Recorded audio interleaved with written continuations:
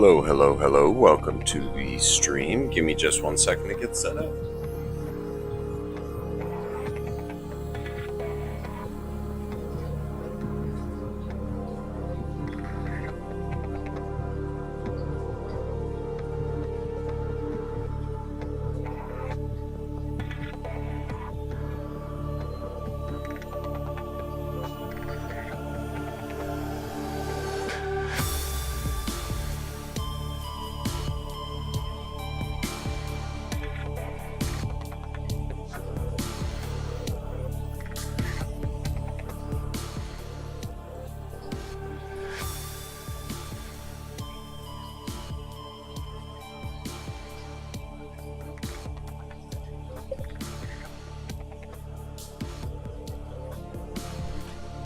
All right, and let me just get sound squared away.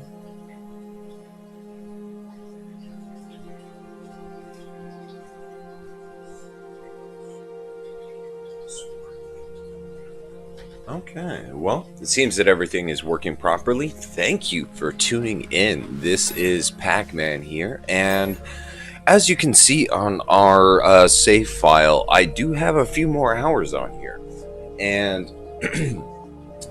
that is actually just grinding. I had to buy a hell of a lot of scrap metal, and from there refine it into ferrite and all that type of stuff. But I did actually change a bunch of things on this base, as things go when you start, just kind of changing things. So, as you can see, this room is a new room. This is our main storage area and everything like that we had on the second level. But this is actually a new area that I built for this side with a new teleporter that goes to the top. And this goes into one of the corner rooms. Now, okay, good. It's got a floor. What I've been doing is building a bunch of buildings on the side along with connectors and all that kind of stuff. Amazing how much this took. But then from there, what I also have been doing is building a lot more landing pads. I'm almost done. I believe I only need well, actually, I think I am done with the landing pads. I just need to build a couple more of these structures over here, one over there, and then finish building the connectors and all that kind of stuff. And then on the lower level over here, this right here is our main storage that we have set up. This is the secondary building that I built that has the teleporter. And I need to decorate it and all that kind of stuff. But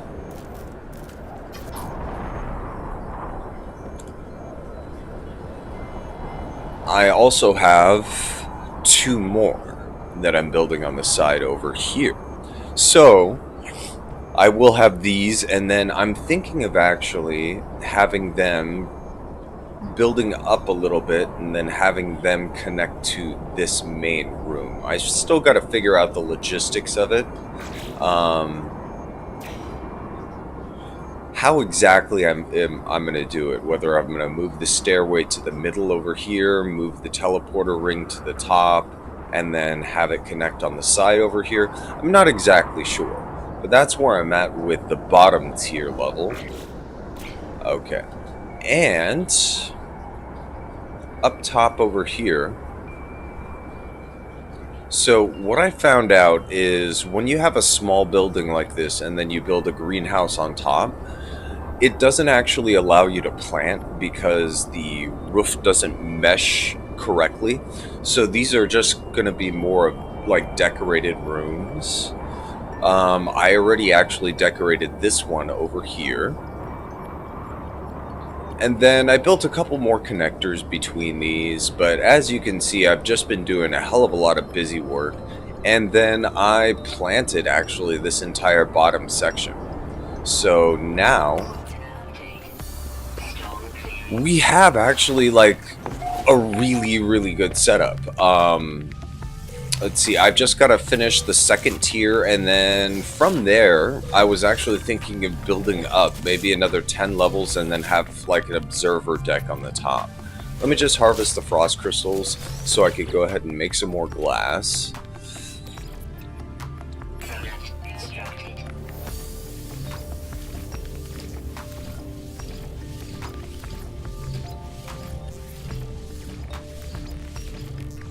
Alright, now that we got that, as you can see, I made each one of these rooms into its own separate grow area. So I've just got to actually decorate these corner rooms and whatnot. You know, got the selenium, the gamma root, all that kind of good stuff. And then, of course, we got our cash crop still growing up top. These things, each time I harvest, figure about 300 grand per. So pretty much about $1 million right now for every successful harvest that I do, which is not bad. I mean, we could do better though, I think. But right now, I've mainly been concentrated on getting really the rest of the base built up. It is a long road, I think, but we are well on our way to finishing this up. Let me just grab that real quick, make a couple more sheets of glass.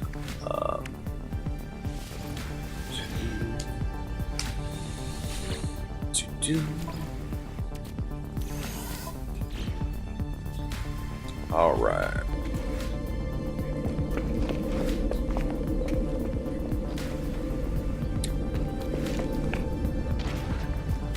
Okay, so now that we're down here, let me just grab resources. Wait. First, let me sell these pearls and Gravitino balls.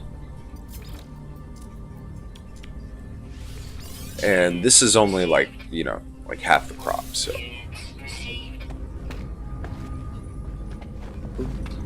Alright. Grab the ferrite dust and the pure ferrites. Okay, so let's get cracking with the rest of this. So this is the one that I already built. These are the two that I have to continue on, so let's go ahead and get going. Small and glass. Here we go. 1, 2, 3. And then smooth corner pieces.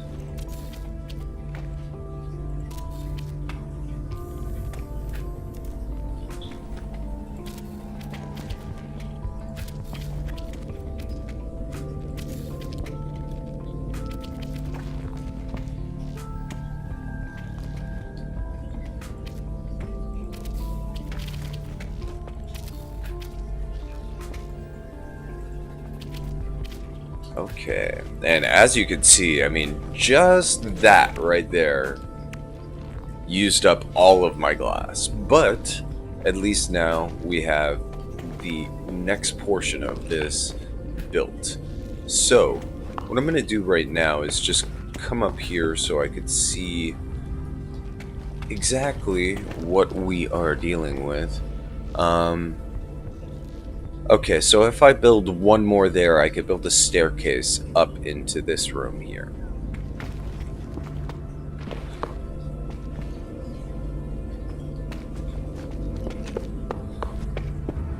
And up the stairs we go.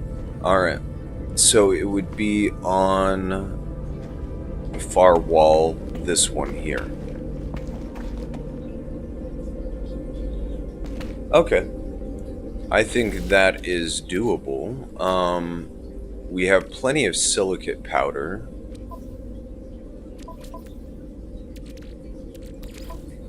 Just move this over real quick. We have plenty of silicate powder. I may go downstairs and just build a few more panes of glass.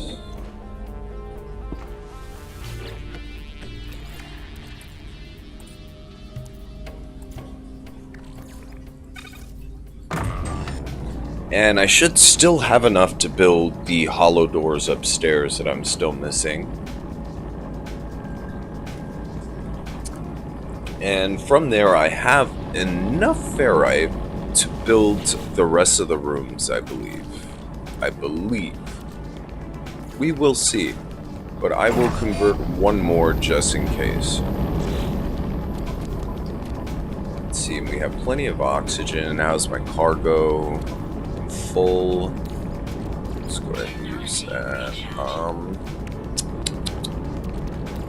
Okay.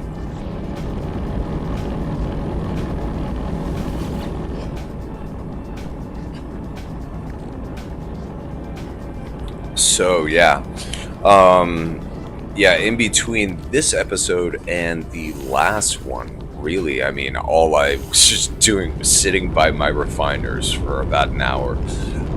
It was to the point where, you know, I'd put in one batch and then I'd go do some dishes or something like that, come back, put in another batch. You know, it was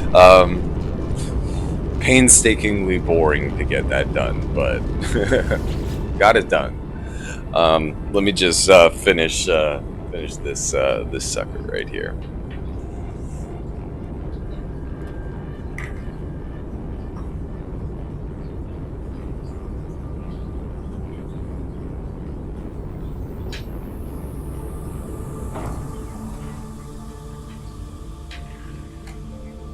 Okay. And it's still doing that thing where it'll do all of it except for one, but whatever. No biggie. Okay, so let's go back upstairs. I got that pretty much finished. All I gotta do is this. So, we build one there. And then, let's see, should this be a square? No, we'll do this one as a round ceiling. And since you can't have like staircases on second levels, this should work out just fine because we could, you know, just pretty much walk up this way. Now, what I'm going to do staircase wise on this one, because I want to distinguish each one of these rooms so I don't confuse them when I get in here, is I'll probably have this staircase coming in like this. That way it'll be pretty obvious which one this one is.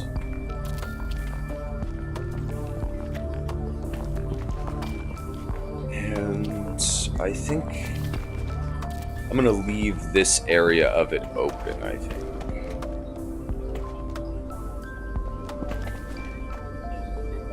Yeah, I think that looks good. Alright. So, next interior staircase. Come on. Oh, oops.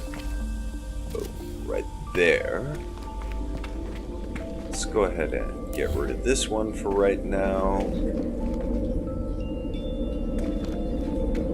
And, where can we put this? I'm thinking maybe right there.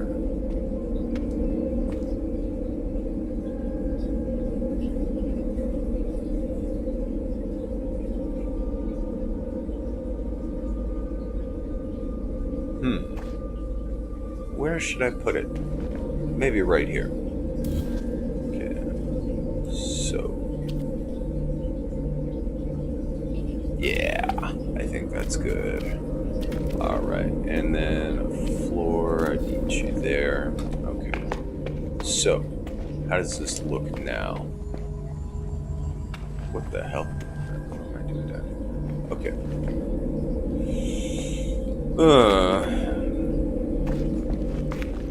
That makes it so the teleporter is kind of awkward. I would like to move the teleporter over there. Okay, and this one takes me upstairs, so just get rid of that real quick. Okay, yeah.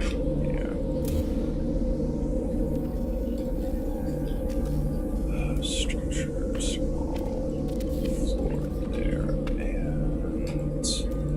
tech, general, teleporter. Okay, so teleporter and then teleporter cable. Thankfully, I set up that other teleporter already, so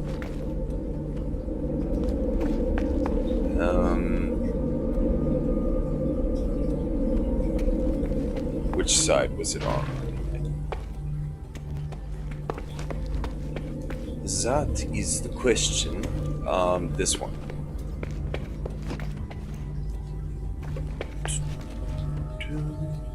Okay. Huh. Now up here isn't powered, so I'm gonna have to figure that out. Huh.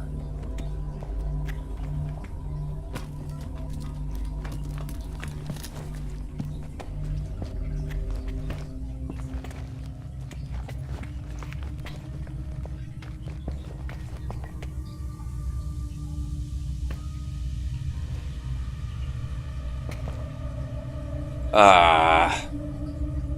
Drat. Okay. Oh, what is going on here? Okay.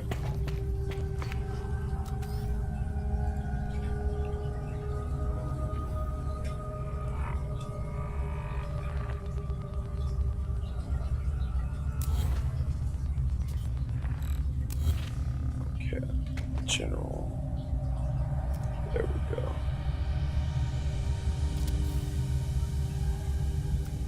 Now, teleporter cable, and, okay, I gotta get out of here.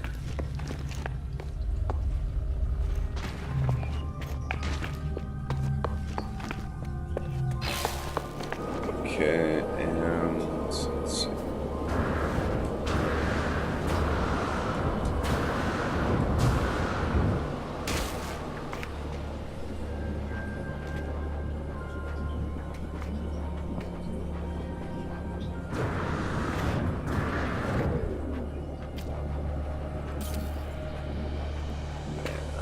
Okay. And somehow I lost power to the upper level, so I'm gonna have to run some cable from somewhere. Let's see. Power industry, power electrical.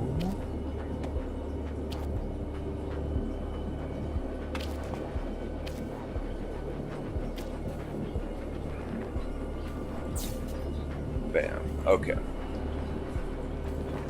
So the top level is getting power again. Good, good. We've got that set up. Beautiful. So now we have 1, 2 separate access ways into this upper level. I think that's good. From there, what we're going to have to do is start setting this up. Now, I'm already out of glass, so let me get down to the lower level real quick. Okay, oh yeah.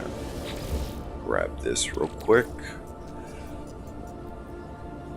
Yeah, just put it in the starship.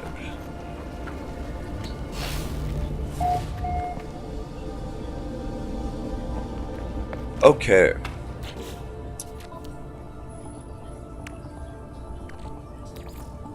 So, I just need glass. A lot more glass. And I think that we can actually finish this thing. I mean, once I get that glass, we should be good. See, I got all my storage side done.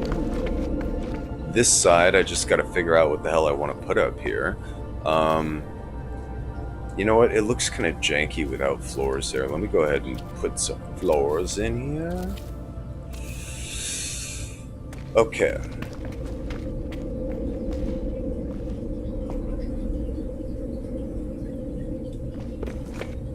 Alright, so back up to the upper level. Alright, so upper level wise, we are almost done with this. I just gotta find some damn nip buds. Been striking out lately. But we just need to build one structure here, one structure here, which I kind of already got started on. And then I got to replace a couple doors with the, what do you call them? Holographic doors, because I have just standard ones set up at the moment. Alright, that works well. Large.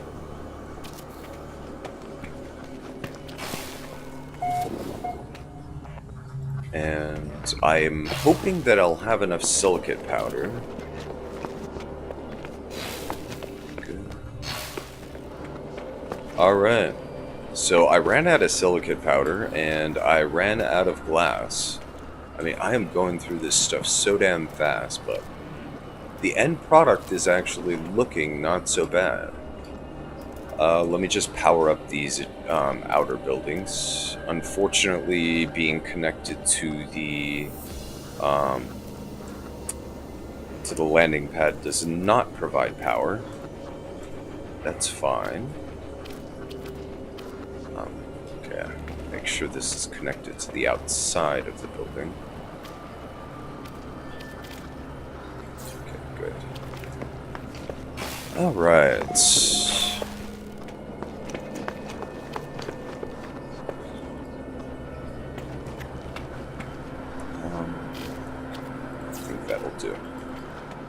Okay, so if you are going to build these cuboid structures and then you want to put a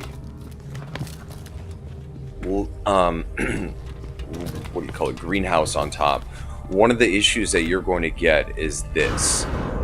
You see this? This is the ceiling of the cube. It actually overlays this entire thing. This actually, even though you can see it, is a pane of glass, so you actually will not be able to grow anything in this. So unfortunately, if you're using cuboid structures, you're gonna have to keep that in mind when building these. But what I ended up doing is I ended up actually just decorating the space and kind of making it into a, you know, a nice little area. I'm currently starting to decorate these. I just got one couch down, but we're going to do more. We're going to do a whole lot more. So let's actually get a zoom out view and see what we look like. I may actually just want to capture the new base screenshot now that this is kind of built. All right. So now we have all of the... Jeez. Okay. So now that we have all of the adjacent outer structures, we can actually continue to branch outwards and build more on these outer rings. I just, for the life of me, have no idea what I'm going to even put in those damn things. But what I'm going to do right now is I'm going to start building more stuff when it comes to anything that doesn't have to do with glass. So these round foundations, I'm going to actually continue these and go up about another 10 stories now. So let's go ahead and get that taken care of.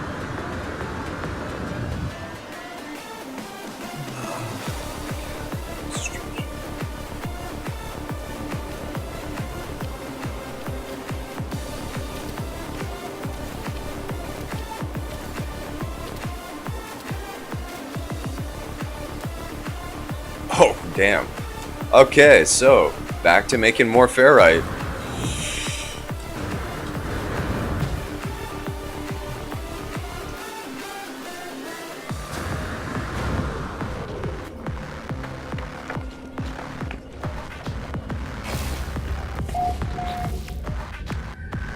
Whew, damn.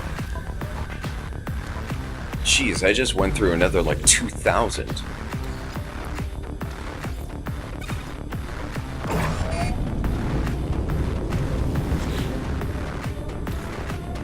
And if the music is too loud, just let me know. I'll go ahead and turn it down.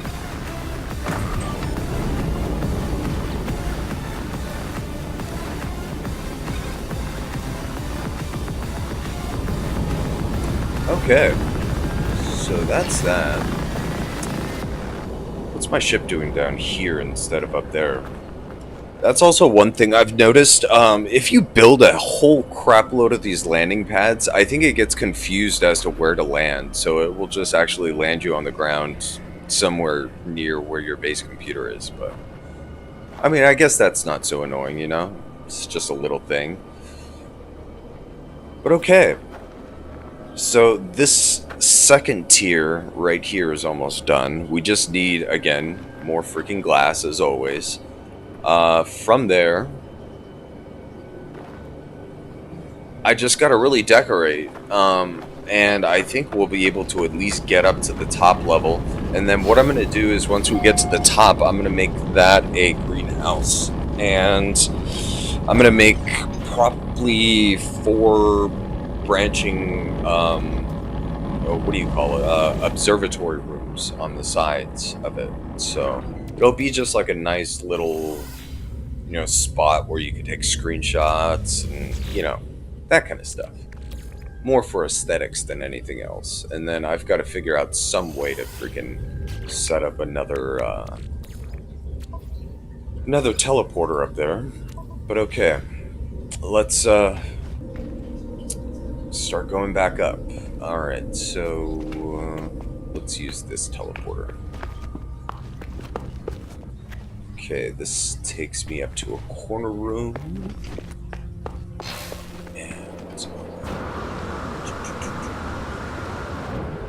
So nerve-wracking doing this in permadeath. I should be like, if I was smart, I'd be building some type of a scaffolding structure so I don't kill myself doing this. But oh well. 1, 2, 3, 4, 5, 6, 7, 8, 9, and then on the 10th story, that does it right there. So resources wise, what are we going to need for this? So we're going to need a lot more glass and a lot more glass. Okay, so that's going to be what, 6, 12. I'm going to need 17 glass. So we're just going to have to fly over to a frost planet or dig a gigantic hole. I think going to a frost planet will just be better. I swear one of these days I'm going to miscalculate and I'm going to kill myself doing that. Like 100 hours on a save wasted. Music is fine, actually really cool. Oh, okay, cool. Yeah, it's the Subnautica soundtrack. I really, really love the soundtrack of that game.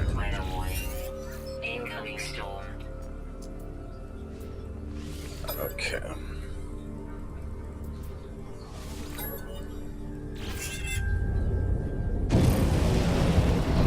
Yeah, so one of the other things that I actually did is I bought up all the rest of the storage tiers, which cost me almost like $100 million. But now I can start expanding into the next leaf and we can get this big.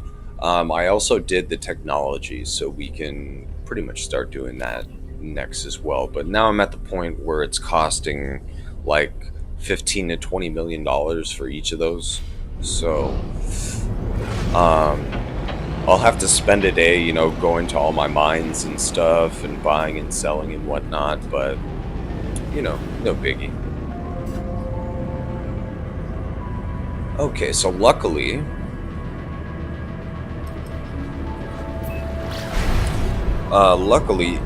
in this system, it's just these 2 planets. One's a frost planet, one's an ice planet, so makes it perfect for actually gathering these minerals or resources.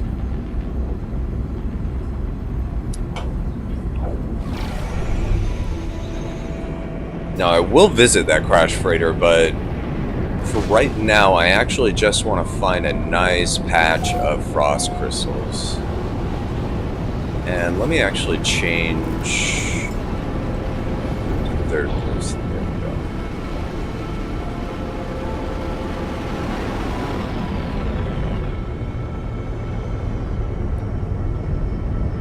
I don't usually fly third person, but let's see.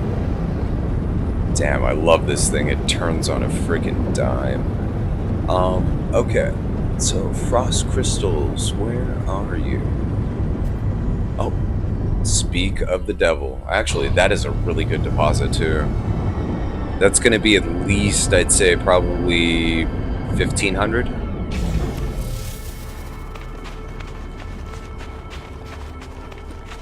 Yeah, that's going to be like 1,500 easy. That will give me more than enough glass actually to finish. Or it should, I don't know. I said that the last time that I harvested, so.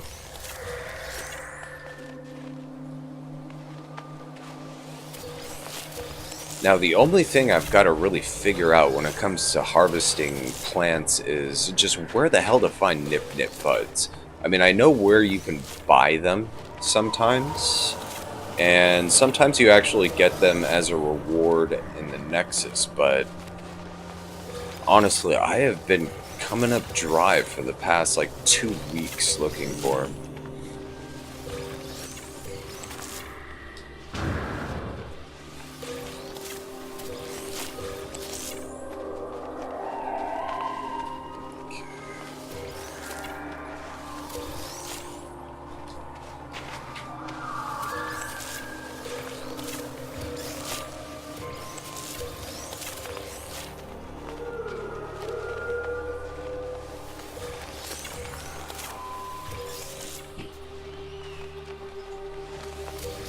Okay. Alright, I think that's all of it. Is that all of it? Okay, yeah, that's all of it. So how much did we get? Let's see. Not bad. 23. Could have been better, but that'll do. That'll do, I think. Alright. So back to our ship and back to our base.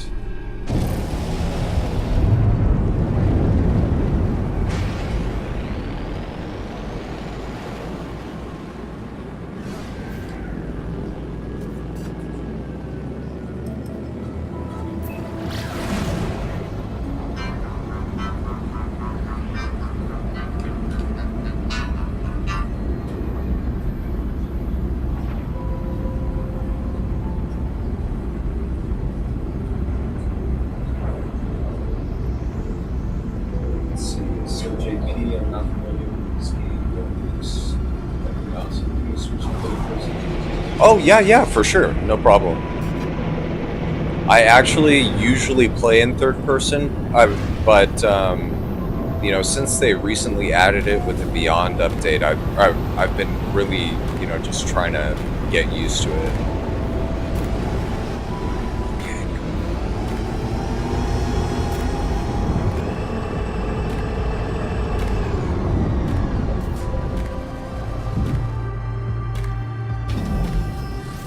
Okay.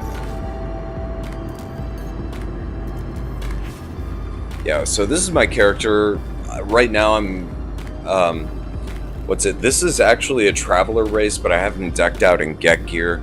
In order to actually wear the decorative helmets, you do have to be a traveler, or, you know, you can't, you know, be a Gek, unfortunately, and wear a Gek first spawn helmet for some reason, but, you know, that's him. And right now I have 2850 Quicksilver. I just need one more Nexus mission, and I can get the armor, which will be definitely a lot nicer. And then I just got to add from there the you know, the base and the armored gloves and boots. Actually, no. This game isn't new. It's been out since 2016. But actually, if you want to watch something really good, Internet Historian just actually came out with a new video, and it's kind of the story of this game. It's had a rocky history. At first, when it first came out, it was like a huge buggy mess with tons and tons of problems. And instead of going the way that like Bethesda did with their games that are buggy messes and whatnot, they didn't charge, you know, more, and they just kept on improving the game, fixing it, adding the features that they said were going to be in it at start, but weren't. And they just kept on improving the game, and now it's where it is now. And I mean, honestly, for something that's completely procedurally generated, it's a fantastic game, and it's available for console also. Actually, most of the really, really cool stuff that you'll see when it comes to, um, you know, bases and stuff like that, and a lot of people's content is all console content. So with PC, it's just easier to run mods and stuff. I don't personally run mods on this game, but it is a hell of a lot easier. And then, also, if you have a good PC, then, it just makes sense to run a game like this on it because, you're not going to be dealing with a lot of stutter and stuff like that. Because everything is procedurally generated, though, unfortunately, you do get a lot of situations where there's like pop-in and stuff if you're moving too fast across terrain. But, it's not bad. Oh, how much money? Well, when I bought it, let's see, a long time ago, but I bought it for $30 US, and I'm pretty sure it shouldn't be really any more than that. And every new update they come up with, it's not like a Paradox game or something like that where they charge you for every single expansion and update for their games.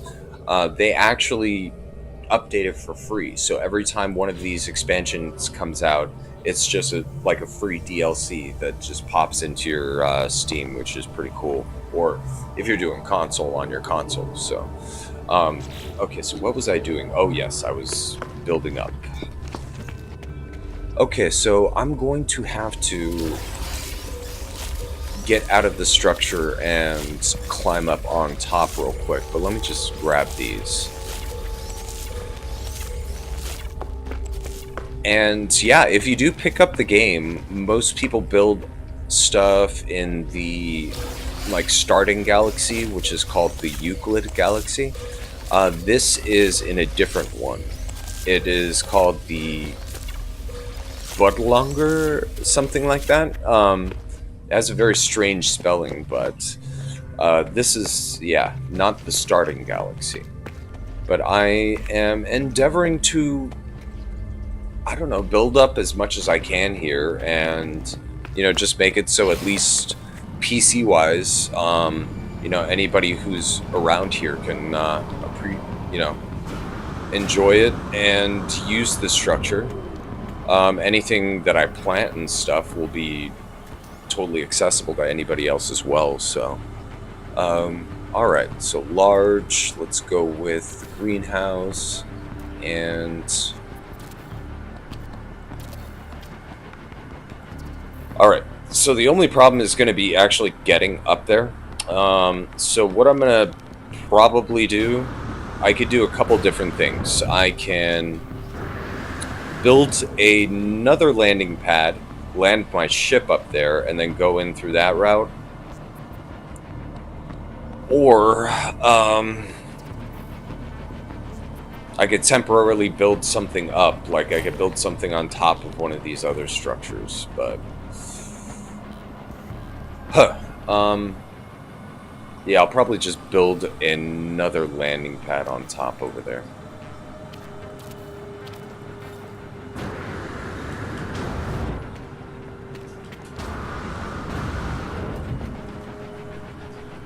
Oh. Oh, no problem at all. And one of the really good things about this game, actually, that kind of got me hooked onto it is the community kind of surrounding the game. Most people who play this game are pretty cool. So when you're in the Nexus, if you're like short on supplies or something like that, most people, if they have it on them, they'll give it to you, especially if they're in late game, like myself. And yeah, I haven't really come across many unpleasant people, which is, I think, pretty nice, But But yeah, I haven't even really like in this playthrough gone into like all of the stuff that you can do with the exocraft and stuff like that. Like I have a submersible that I use to kind of gather resources in the ocean, but you know, there's a bunch of other ones that I can build as well that I have been meaning to, but I just honestly have been sinking all of my resources into building this structure. Alright. And also another great thing about this game is it's very complex in the way that you make money. As you can see over here in this menu, it will tell you actually the demand for each of the things that you have and stuff like that. And so you can actually make a living going through, like here, if I buy these things are well underpriced over here. I can go to another system, sell these off, and I can, you know, make a whole bunch of money. Figuring out how to make a good supply route is just the key to making these units here. And then these units, I mean, right now I have 41 million. Figure I just spent 100 million units upgrading my ship, you know, so money is just something that once you, especially you get into late game, will just go really, really quickly. And, you know, half the fun is just seeing what you can make in this game, really. And now that it actually has like a decent story and stuff like that, okay, that's the entranceway there. I apologize if I'm like running in circles, but I'm not really familiar with the layout of the base yet, so you know, sorry about that.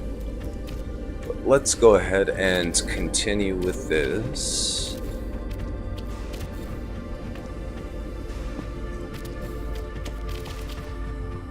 And I think with this one, that this is alright. I think with this one, I'm going to keep it a little bit more simple than the other one.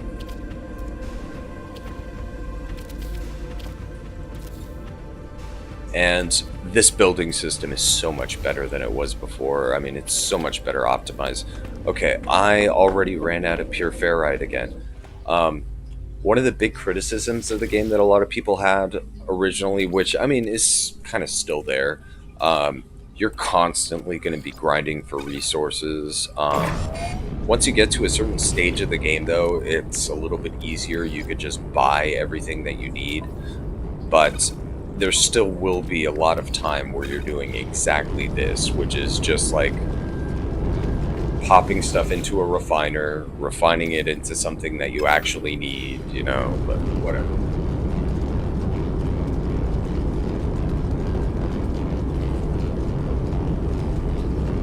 Oh. Yeah. I mean, it's tough these days with games. I mean, like, you know, me personally, I'm 35, so I mean, I'm right around that age where, you know, if I had actually, yeah, if let's see, would have been probably a good like 10 years ago. I mean, if my girlfriend didn't miscarry back then, I would have, you know, I would have like a 10-year-old kid right now. So if that was the case, then, you know, this is definitely a game that I wouldn't mind having my kid play. Definitely, I can't say the same for a lot of other games these days, but, you know, this is great. And honestly, I look at it as a creative outlet, especially when it comes to kids. When I was young, I definitely needed something to, you know, to do when it came to that. I did a lot of like drawing and stuff like that, but now that video games are this like comprehensive in their content, you know, if I had this when I was a kid, wow, I would have never left my bedroom.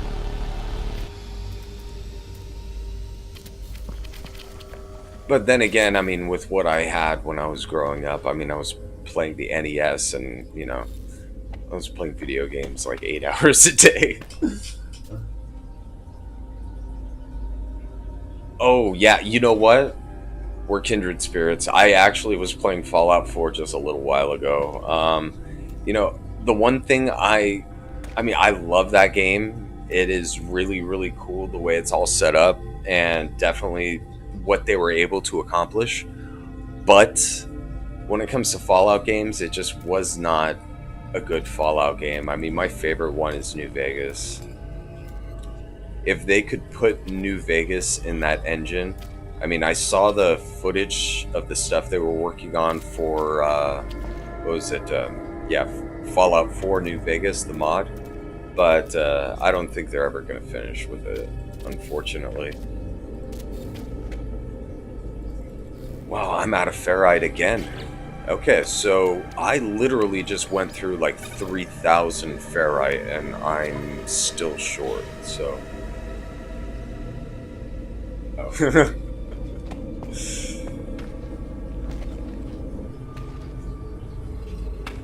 Yeah, I mean, honestly, I so wish that they were they would just if they were to finish that, I would totally play it any day of the week.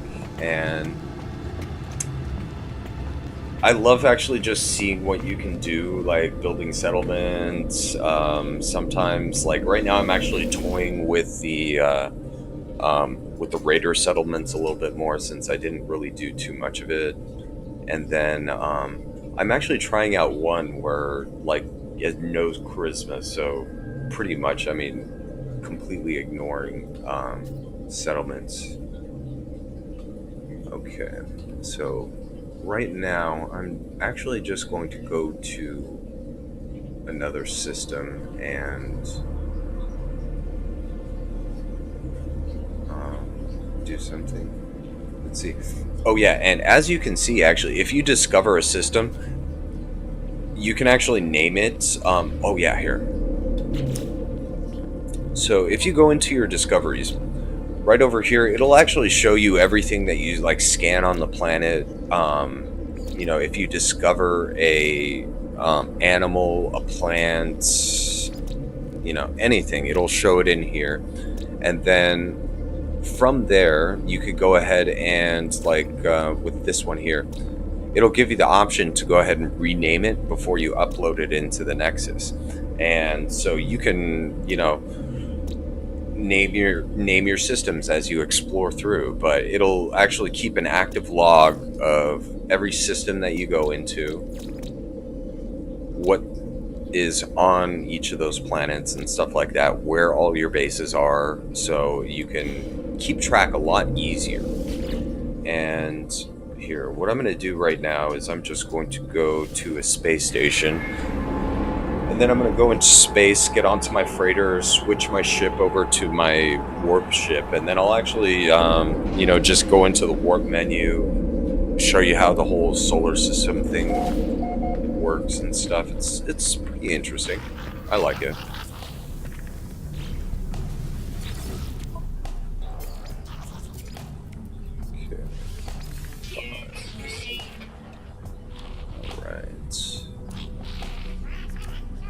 And, you know, always when I go into these places, I look for stuff that I need. Like this right here, this is what I've been converting into the ferrite that I've been needing, so I'm going to go ahead and just buy a bunch of that.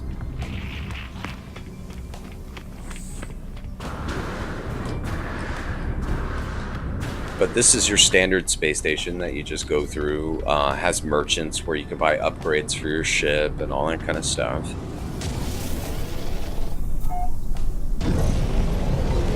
And this particular ship is an exotic ship. This is like one of the really rare ones and stuff. I just really love the way that it looks, so I'm using it.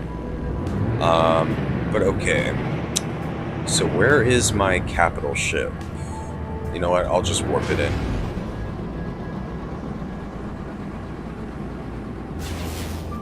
Alright. So this is my freighter. Oh yeah, and while I'm here, I might as well go ahead and repair my damaged one.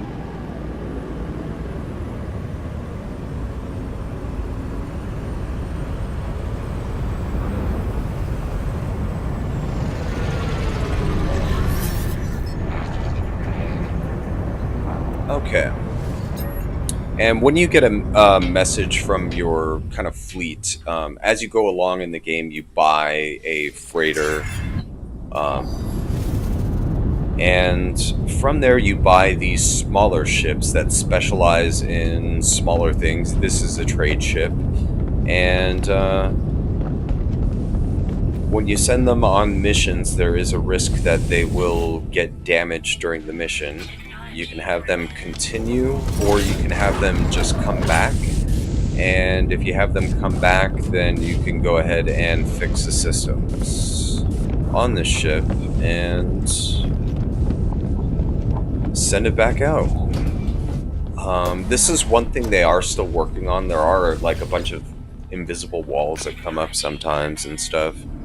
But all you have to really do is just repair a couple of the systems and it's back ready for use.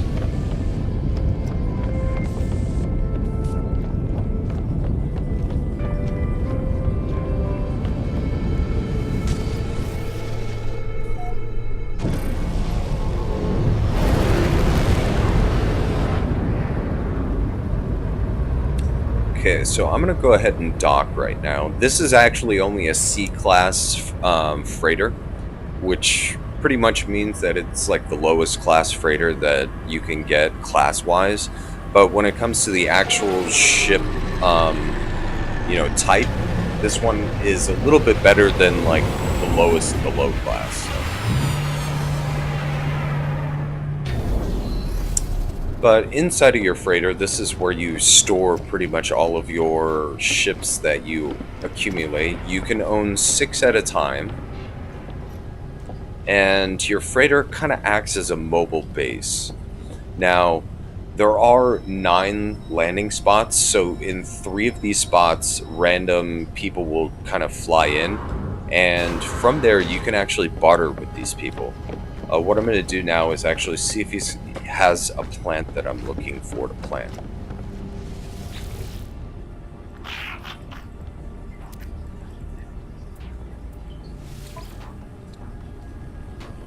Okay, so I'm looking actually for the thing that composes this. It's called Nip Nip Buds, but unfortunately it doesn't look like he has any. And then when it comes to ships, you have different classes. Like this is an Explorer class, which has good handling and a good warp drive. That's also an Explorer class, but that's again an exotic. And then from there you have like fighters right here, shuttles, and then those are the haulers. That is actually the one that I'm switching to right now because this is the one that I've fully upgraded and is really kind of like the first ship that I really started working on. I named it after, well, it's named after a truck that's in one of my favorite movies. If you've ever seen Big Trouble in Little China, yeah, this is Jack Burton's truck. But I have it all upgraded out with all the modules and stuff like that. You have different tiers where you can put different things, and you can fit a certain amount of modules on it. But in this case, I've maxed out my hyperdrive, so I can actually go 1,600 light years. Oh yeah. You can actually build like tons of different bases too. Like I have like I think like 10 or 15 bases. And I mean, each of those bases figure, I mean, it just depends on what you want out of it, but you can set them up as mining colonies, you can set them up as, farms, whatever, But okay, so I can go just about 1,600 light years, so let's go ahead and look. In the galactic map, it'll show you at the top pretty much what is your current objective, and you could go ahead and switch like free exploring, the galactic core. It'll toggle like your current mission, and it'll actually path you out like a course to get there under standard means. Now, as you kind of look through and you'll see all the different kinds, You'll see over here some of these have no data available. That means that it's an uninhabited system. Otherwise, you'll have next to it like what kind of race. Like this is inhabited by the Korvax race. It is a very high economy, so that's actually a good place to pick up ships and stuff like that. It has high conflicts, so there's going to be pirates and stuff like that in that system, and it's primarily a water-based system. So you're going to be expecting, you know, decent calm planets actually in this place. Just watched that movie a couple days ago. Oh man, yeah, that movie is such like a, it's such a gem. Honestly, one of my all-time favorites. And what's funny is a lot of people don't get the humor of that, movie, and it's just once you really get the humor of the movie, it's just so funny. I love how in that movie Jack Burton is like both a hero and the punchline. He's somewhat the main character, but then actually when you really look down on it, Wang Chi is the hero of the movie, which is really odd actually for that time period too, having an Asian guy being the hero of the movie. But then all that, supernatural stuff and the martial arts action, just awesome.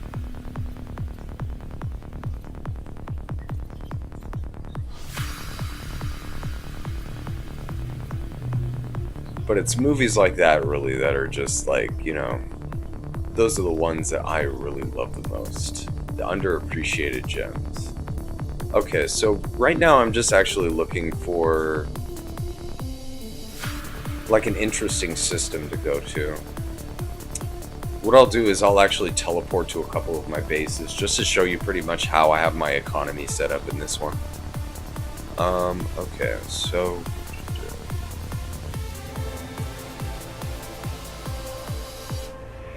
Gek, ore extraction. I want to look for something like a high-tech system. Nano construction, 2 planets, water. Alright, let's check it out.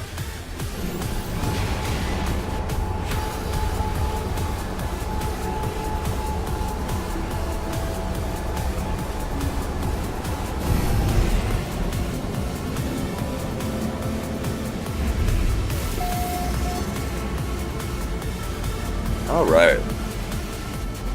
So, as you can see, nobody's been here before. This is the first time anybody's been to this system. So now anytime anybody will go there, it'll show discovered by me.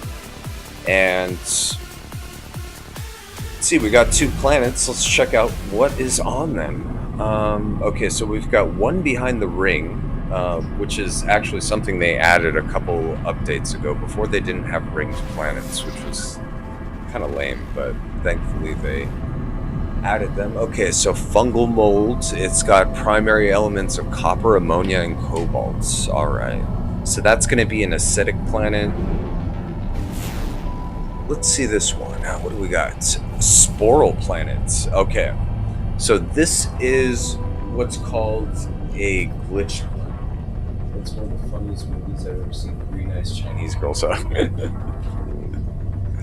Well, you never could beat me, Egg Shen.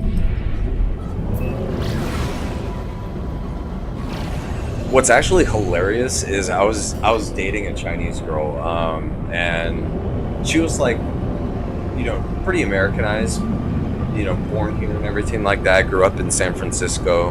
Her parents were, from Hong Kong,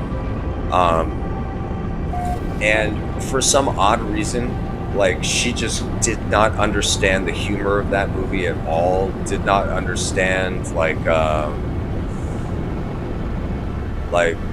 pretty much, like, anything. Like, actually was kind of offended by it. And I had to actually break it down to her, explain it to her, like, just kind of weird. I always thought that, like, a Chinese person would at least have some, insight into, especially the themes of that movie, like the Tong Wars that happened in San Francisco, um, which is heavily referenced in that movie. And then also, like the different aspects of like Taoism and sorcery and stuff like that that existed in the older Chinese kingdoms. But this is, yeah, what you call a glitch planet. This is a planet that has very unusual life on it. And when I say unusual, that right there is an animal. Let's actually scan that and check out the details of it. Now, with every scan, you make money, which is another way, but let's see. Age mature, exotic, passive, nectar diet, and beloved by the Gek. Let's get a little bit closer, actually.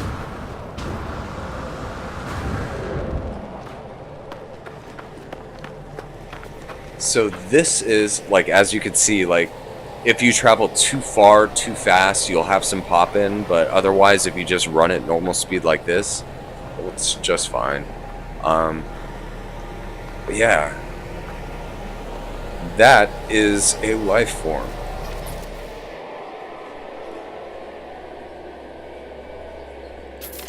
Snag a quick shot of that. And then when it comes to the plants and everything, like, it'll tell you if you want to mine something, like this is composed of ferrite dust, but then once you scan it, it will show you kind of like the minor constituent materials of it too. So this one I can also get dihydrogen out of, but these are very interesting planets. I love exploring these places. With this particular one though, there is something that I'm looking for that I have not found yet. There are things called stable glitches, and what they are is pretty much, they look like these, except you can pick them up and you can, like place them at your base and stuff as decoration. I've been looking for one of this type, but unfortunately I haven't been able to find one.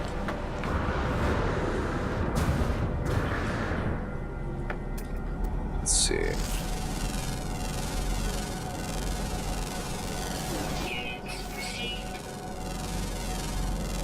But very, very interesting planet. I love the way these things look. And this one in particular, I mean, this is just a very odd looking place. Okay.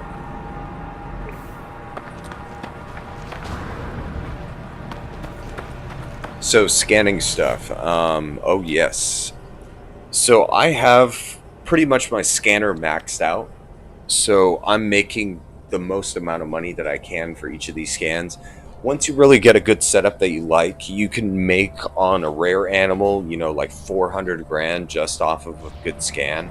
And you can actually now, with the new update, have 3 of these multi-tools. So I have one here that is primarily, used as a weapon. I'm not done modding it out yet. And then I also have this one here, which I also use as a weapon, which I'm still actually, I only have one more mod to add to this one.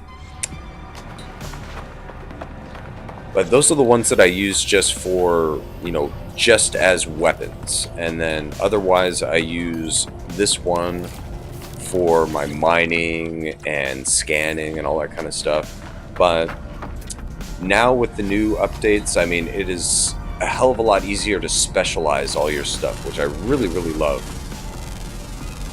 I really wish that they would just keep going with that, keep rolling. I mean, I hate to say it over and over, but I love what they're doing with the game. And especially, I can't praise them enough for not freaking charging, again and again and again. One of the reasons I don't really play a lot of games anymore, like Hearts of Iron and stuff like that, is honestly, like, they just keep charging you more and more and more for content, and half of the stuff is stuff that should have been in the game originally in the first place. And with these guys, they just keep on adding and they don't milk you for it, which, beautiful. I love developers who will do that.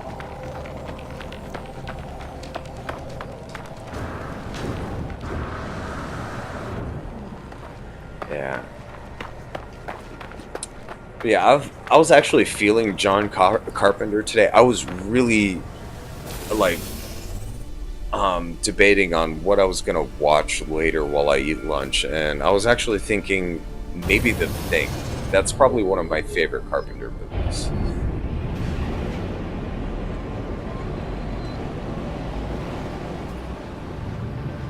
Okay, so right now I'm just gonna go to the space station real quick. And I'm doing that so I can go ahead and upgrade my suit. And also, just do a little shopping.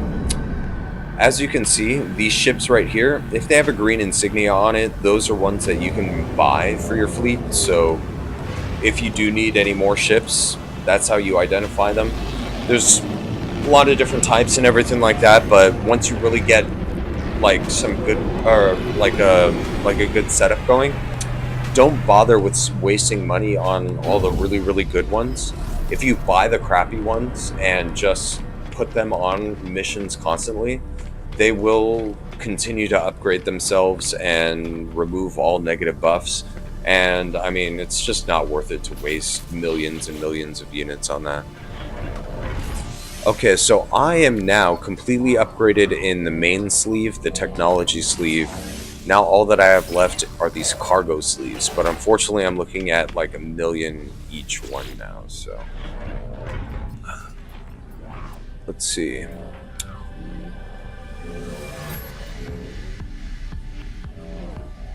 Oh yeah, microtransactions, ever since really.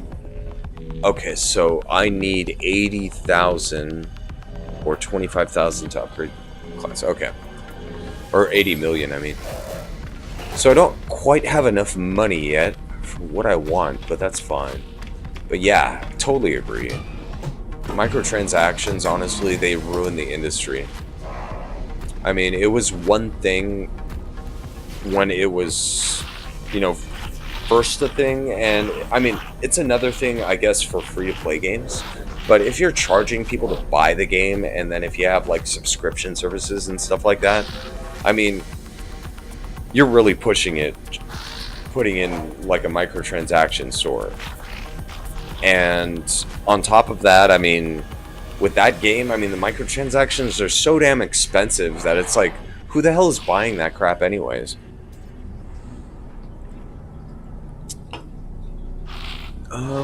Yeah, just give me a share. I mean, honestly, in that game, if they were to sell their, like, skins and stuff like that and emoji packs for, like, $1 or two, maybe at most $5 for something that's, like, big and extravagant or something like that, I could totally understand that. That'd be cool, I'm not against a company trying to make some money, but, I mean, Jesus Christ, I mean, like, $18 for a freaking power armor skin, like, come on. I mean, especially, like, what pissed me off about it, like, the most was, like, half of that stuff. I mean, the game itself already is an asset flip. Like, the whole game is an asset flip from Fallout 4. There's actually, like, a whole bunch of stuff in there that looks like it's from Skyrim, to tell you the truth. But I couldn't verify it to you just because I'm not really good with, like, code and shit like that. But, yeah, I mean, if you're making it from scratch, that's one thing, but then if you're charging people for assets that were already for free in the last version of the game, on top of that, you're ripping them off with the game itself as it is, and then you have the this. Oh wait, you know what? I'll let him scan me. Let's do some combat.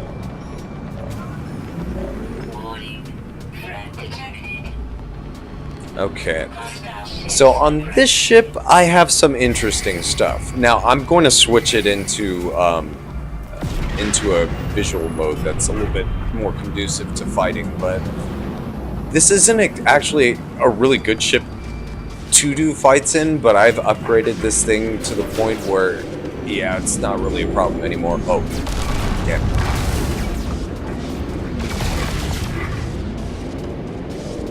Now this thing is a hauler, so it handles like a boat, but I've upgraded my weapon systems in this thing to, just be a beast.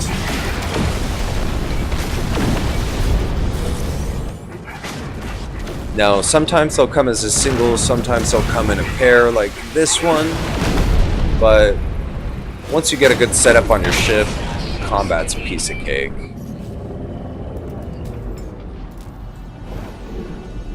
Okay, so where did I park my my freighter? Where did I park it? I know I warped it in. Oh well. We'll warp you in here. Okay.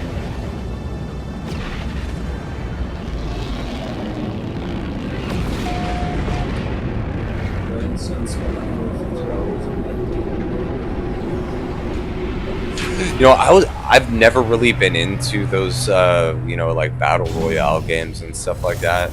Like every now and then I'll pick one up because, I guess they're fun to do every now and then, but I just don't I mean, it's just not something that I really have a taste for. But then again, I mean, there's lots of different genres of games that I don't really have a taste for. Like, I really don't have a taste for sports games, especially these days. Because, I mean, if you want to talk microtransactions, I mean, those sports games, I feel so bad for people who get hooked to those. Because, I mean, those fools spend all kinds of money on those things.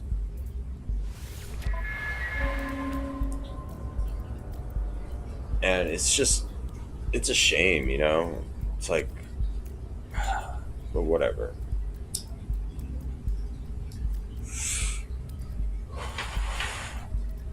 But Battle Royale, honestly, is fun every now and then, but I don't see how people can do it constantly. It's just, I think, too repetitive of a gameplay loop, And honestly, for me, I mean, I had enough of that when I was, playing Call of Duty and stuff like that.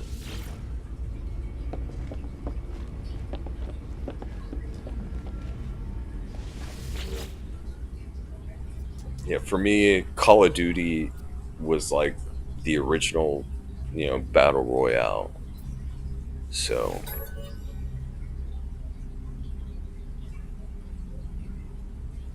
hey, how's it going? Nice to see you in the stream. I'm actually just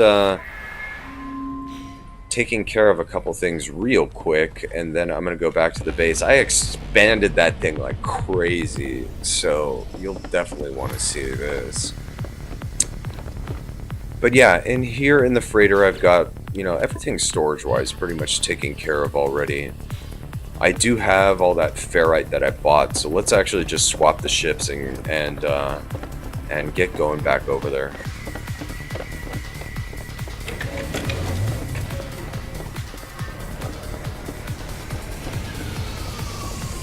Let's see, which one do I want to use?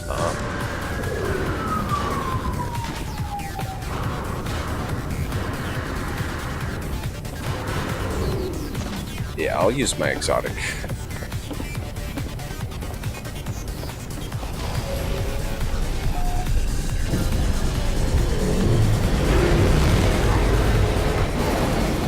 Yeah, like I played those when I was younger, but I can't play them anymore. I stopped playing those games. I think right around actually Black Ops 1 was the last one that I bought.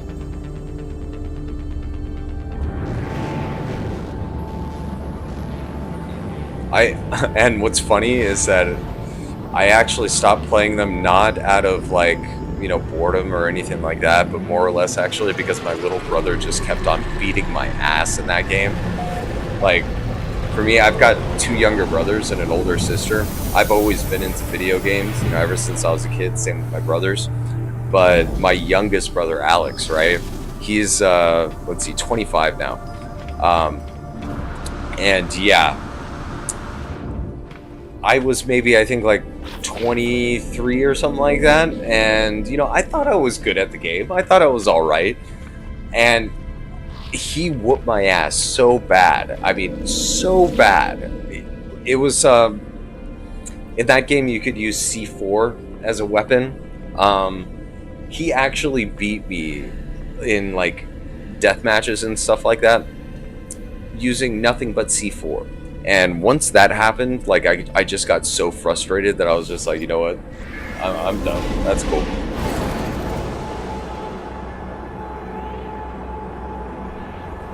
But yeah, I really, really wish that they would, though, finish that damn Fallout, Fallout 4 New Vegas mod, because that looks to me like it would be the greatest potential for something good, like really good. But oh yeah, so Kirby, what I did is I moved all of the landing pads to the upper part of the structure, and then I started building structures in between those. And then actually I started splitting off the middle over here. Let me just drop a couple things into the refiners, and then I'll go up top.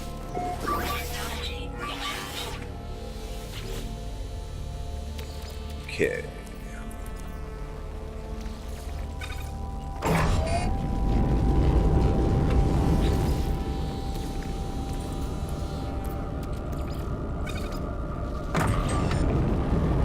Alright.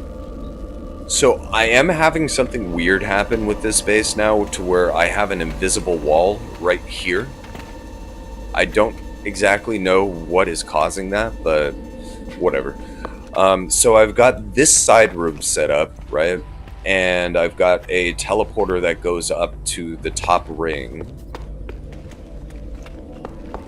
I got this room set up, and I actually just need to refine that ferrite. So this one is here, and then I have this one here, which I don't know what I'm going to do with. I might actually move more refining equipment and make that for there. So I have 2 access points to the 3rd habitable level. And then at the top here, so I got the cash crops, right? Which I might as well actually just harvest these while I'm here.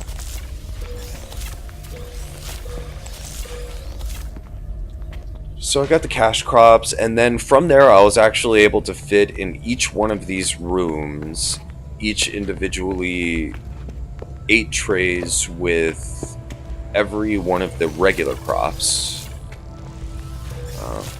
I do need these so I can make more glass. And then... oh, yeah, it does. Actually, if you want to, he plays with a guy, Big Papa Timo. They do actually a bunch of these videos, which is pretty cool. Check them out, definitely. But yeah, so I added another 10 stories up here, and then that's going to be an observation deck on top over there. I've got all of these kind of intermediate buildings in between all the landing pads. And I've just got to actually finish putting windows in. Which I've got to fill with something. I'm not exactly sure. I did, in this one actually, just like some beds and stuff like that. I'll probably just put some couches and whatnot in the other ones. But okay, I need to get to that side, and I'm probably going to have to do that trick again where build a landing pad on top and then do that. But yeah, I don't know if I should actually, let's see. I don't know if I should actually put the greenhouse structures on top of all of these and then just name this like, you know, like Spaceball City or something like that, honestly. But yeah.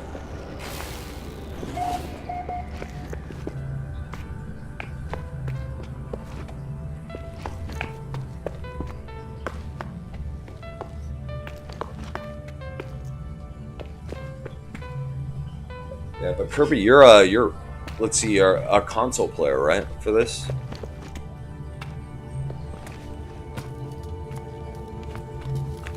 Oh, thanks, thanks.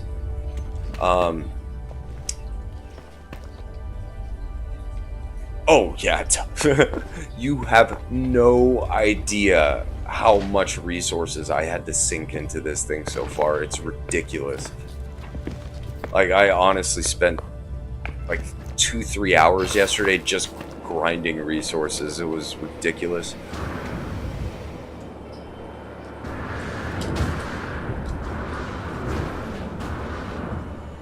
Yeah, PS4. Yeah, unfortunately for this game, I wish they would do cross-platform. That would be so cool, but you know, like I said before, I mean, actually, most of the really, really good stuff is on the console Euclid Galaxy because I mean, these days there's just way more console players playing this than there used to be before.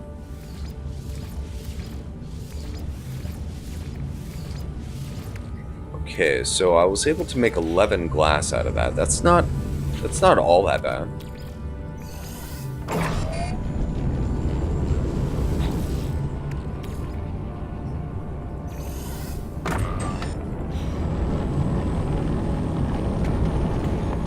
But right now, ferrite count is staggering. I've spent just about 20,000 so far getting this thing to where it is. And I've spent, I think, almost 200 panes of glass. I'm not sure on the glass. Oh yeah, you know. And what's funny is like most of the people who actually stream this game are all playing on console. You know, it would be nice actually, yeah, to be able to check out their bases and whatnot. I apologize, I just need to wait for these things to finish refining into pure ferrite real quick. Yeah, I only have 47, so... I just finished building my teleporter module for the freighter, so that has just made life so much easier, like it used to be before they added the module. I do kind of miss the way it was before when you didn't need the teleporter module in order to do it, but at least with the freighter now I have one piece of technology. I do still need to upgrade the warp drive, but it isn't really, you know, necessary with freighters.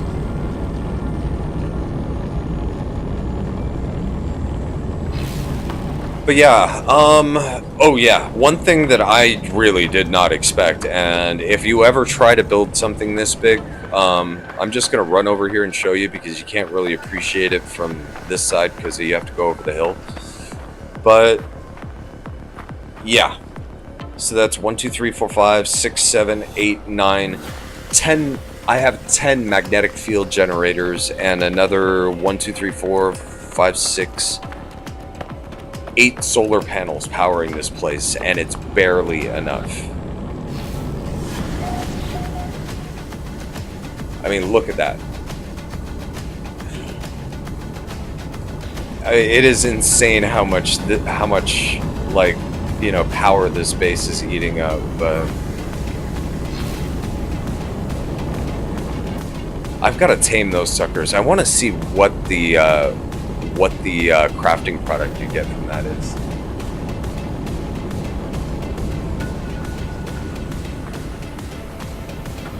See, I was thinking about taking a trek in the ocean because I'm actually low on cytophosphate, but I'm not exactly sure actually if this planet will be the best thing for that. I was having trouble finding cytophosphate earlier.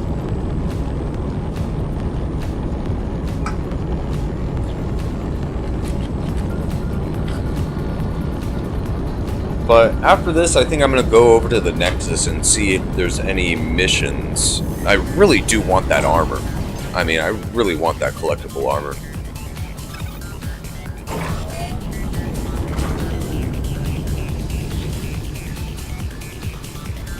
And oh yeah, if you liked the way that this game looks, I mean honestly, check out Subnautica. I'm personally waiting for the next Subnautica game to come out, which should be pretty soon, which is Below Zero. But Subnautica is like the one of the best survival games. Honestly, I love it to death. Oh, you just did your daily mission? Yeah. I will usually just take whatever mission is there, but sometimes it will give you just like the most annoying ones. Like building a group base is like one of the worst. I took that one on, and the amount of stuff that it makes you build is just insane. Like, you end up having to build, let's see, four, four of the burner generators. You have to build 2 livestock units with 2 baiters, a teleporter, a merchant machine. You have to build 3 greenhouses, or 3 or 4 greenhouses. I mean, it's just insane. I'm probably too old to say this, but the graphics on this, fire. Yeah. The graphics are actually pretty nice. I wish it would come out better on YouTube, honestly. It doesn't do the game justice. I'm currently playing the game on a decent setup, so like I have it on full graphics capabilities and everything. It looks good, but I mean, you could get this game to look really, really, really good when you're not, you know, watching it in a stream. But those things are like, I think they're like 5-story tall jumping mushrooms. So I really, really, really am curious as to what I'm gonna get from feeding those things. So anyways, I need to buy the components for a landing pad so I can build a teleporter real quick.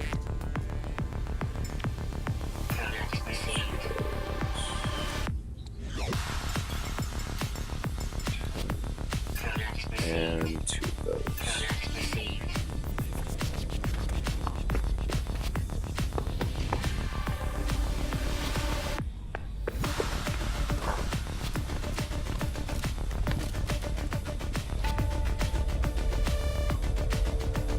Oh yes, yes. There's when you go to the Nexus, there are these there are a set of missions that you can do for a reward that are kind of different from the missions that you get from a standard space station.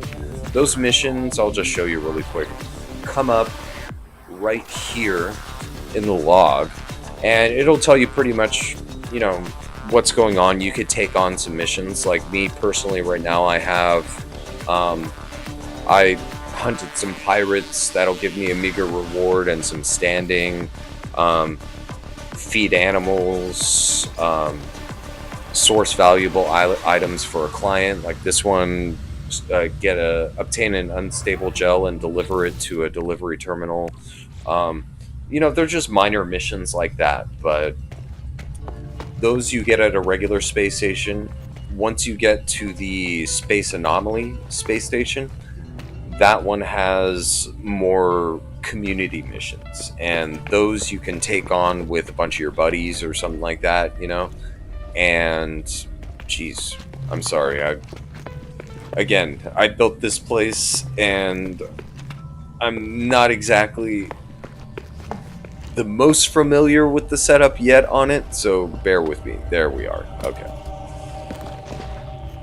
But yeah, those missions you get like nanites, and you get quicksilver, which are, you know, 2 different types of currency in this game. Okay, so let's see. Now for the scary part again, doing this and not dying. Alright. Oh my god! Oh my god, okay. I didn't look at the jetpack meter, I almost made a boo-boo. Yeah. Yeah, there it is right there. Exactly.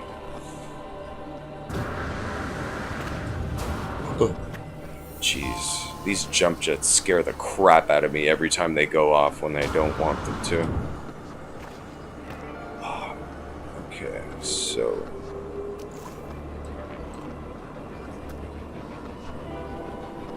Okay, I'm gonna have to get to the other side before I do it.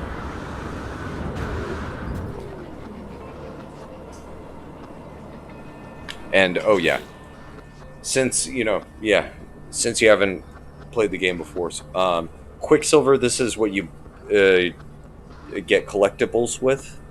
This is what you buy, like, upgrade modules with, and now you can use it to upgrade the class of your ship that you recover as well. And then these are standard units which you use to buy commodities and stuff in the game. So that's what that means. Okay, let's see if I can do it. Come on, come on, come on.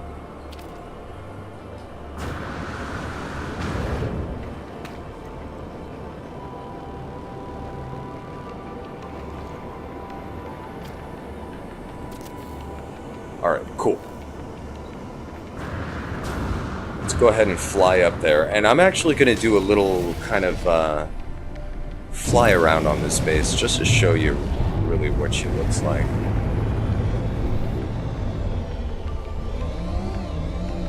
Oh, wow. Okay, yeah, it's so big that I'm starting to get actually some frame rate skip, but that's what she's looking like so far. And we can always actually build more on top over here, too. I just... honestly, I'm a little afraid to at the moment.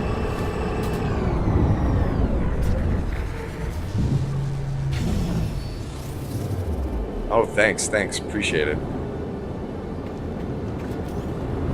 Okay, attack, structure, large, and I'm not going to be able to do that because I ran out of silicate powder, so we'll just do a regular door for now.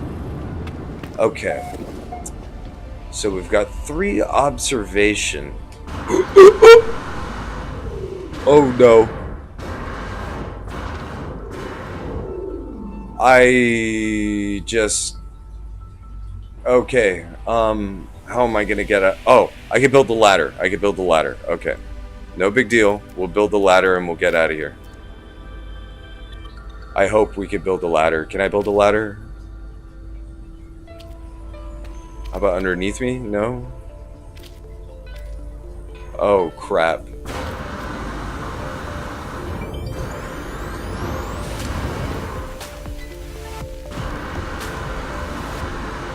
Oh, no.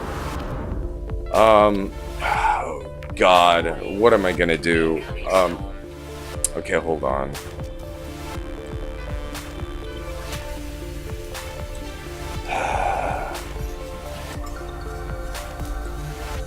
Get into first person real quick. Okay, I think that's too high for me to do a jump. I cannot believe... oh, God, that is annoying. Okay. I don't know if I can make it.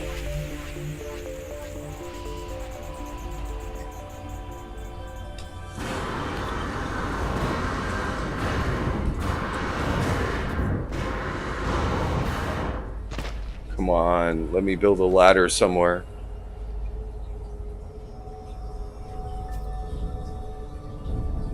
When flying straight up a surface like that, you use no boost to get up. Really? Well, let's see. Oh, God, thank you for that. Jeez. I wasn't even paying attention to the boost meter. Oh, Jesus. Okay, so I am going to have to resolve that. And I think the way to do that is going to be this. So, we will take a cylindrical room and we'll slap it there instead. Yeah, that did it. Cool. Alright, so we got the observation deck. Nice. We just gotta power it up. And I've got to build a teleporter over here, so... let's see...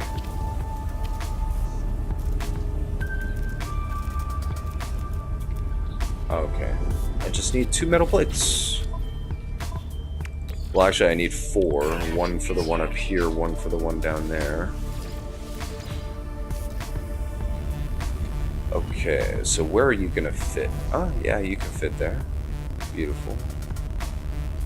Let me just get this nice and purty.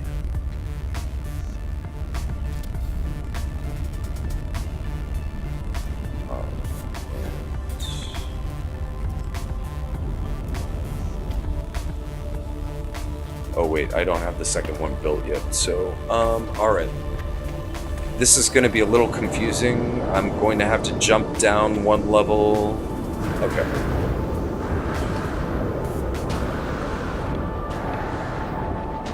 Alright. And I will build it, I think right over here should be fine.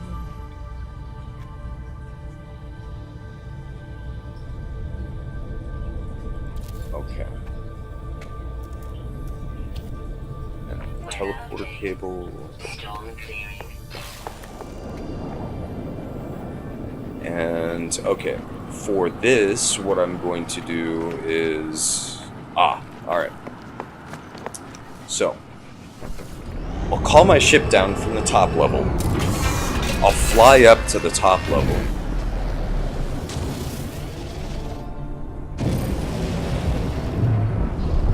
And then I'll set the teleporter cable, and then I will jump down to this level and complete it.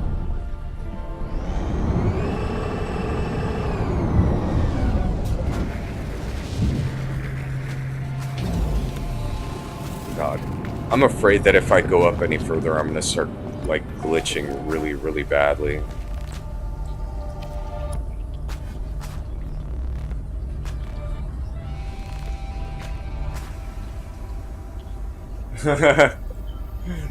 Yeah, I know. Don't blame us if this is your new addiction, or if your kid never leaves his or her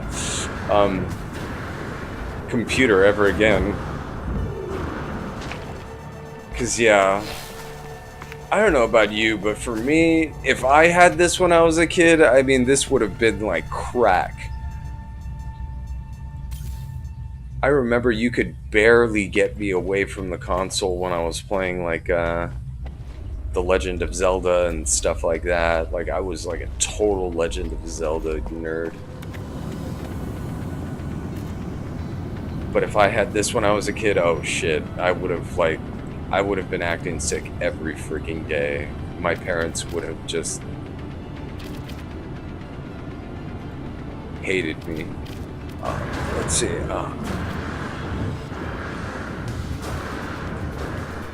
Alright, so let's see. Now, where can I put this to where it's not going to look funny? There. Okay, and we got power.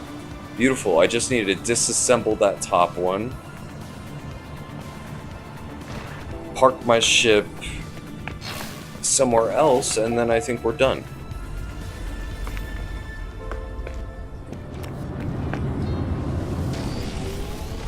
Well, at least for this leg of the construction. Definitely, I want to continue with this and keep on building her up, because I think the way that she looks now is good. Jeez, there's so much stuff there that it's actually making my frame rate just die. But yeah, I think we could do more to that. It's a good start. Maybe put observation rooms on the side of each one of these over here. I think that's possible. I think that would look nice. Yeah, like an observation room on the side of each one of those cylindrical rooms. And then, I don't know, if I do rename it into Spaceball City, I'm definitely going to put the greenhouses on top of those as well.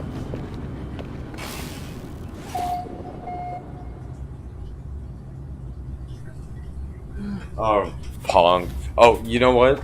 I mean, I used to play those things too. I mean, because my mom, I mean, she was a young mother, right? So, I mean, my mom, she was the one who bought us our Nintendo, you know, because she was playing it. And honestly, I got to play Atari, my mom's ColecoVision. Um, so I grew up playing those games too. And yeah,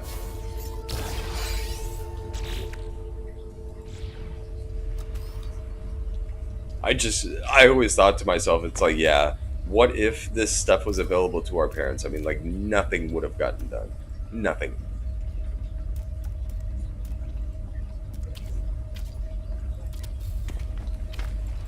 All right. So that's our observation deck. Okay, while we're up here, let me actually just set down a couple couches, maybe a rug.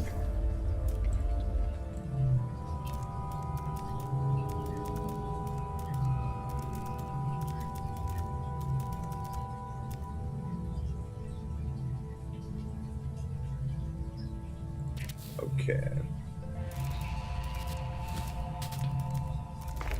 And couches wise, yeah, we'll do the rounder shaped ones. I like the way these look.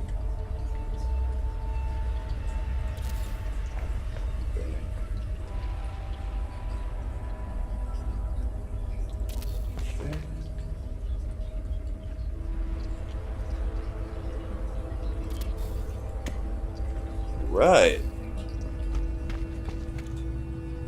Okay, so that's sealed access. I'm afraid I'm probably going to have to put down more power structures, honestly. I'm probably going to need, to tell you the truth, I'm probably going to need at least one more power generator, but I mean, I've built so much.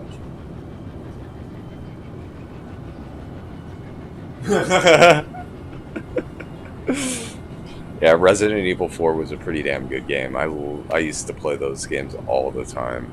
My favorite was 2 though. 2 was my favorite. I had that on my actually funny enough, I have my Nintendo 64 hooked up and I still do play it every now and then, but yeah, Resident Evil 2, that was my favorite.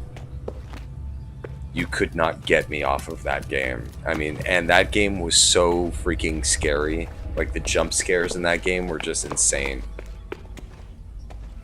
Actually, on a related note, that's one of the reasons why I like Subnautica so much, but not in the sense of jump scares, it's the atmosphere.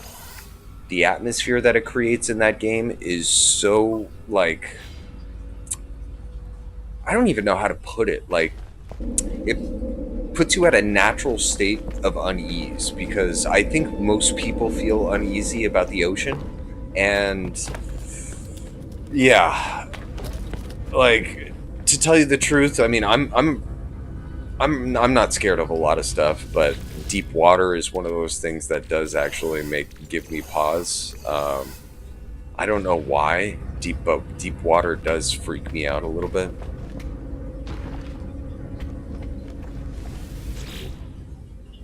And I think that the whole survival game thing along with that is... Damn it. Inventory glitch. Okay.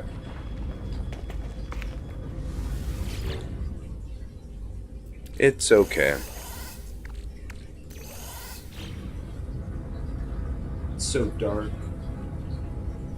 Oh yeah, totally. And especially, I mean, that Reaper Leviathan, it's not really, I mean, all that dangerous, but then that thing howling in the background as you're, you know, like, just exploring through the dark, it's just so nerve-wracking.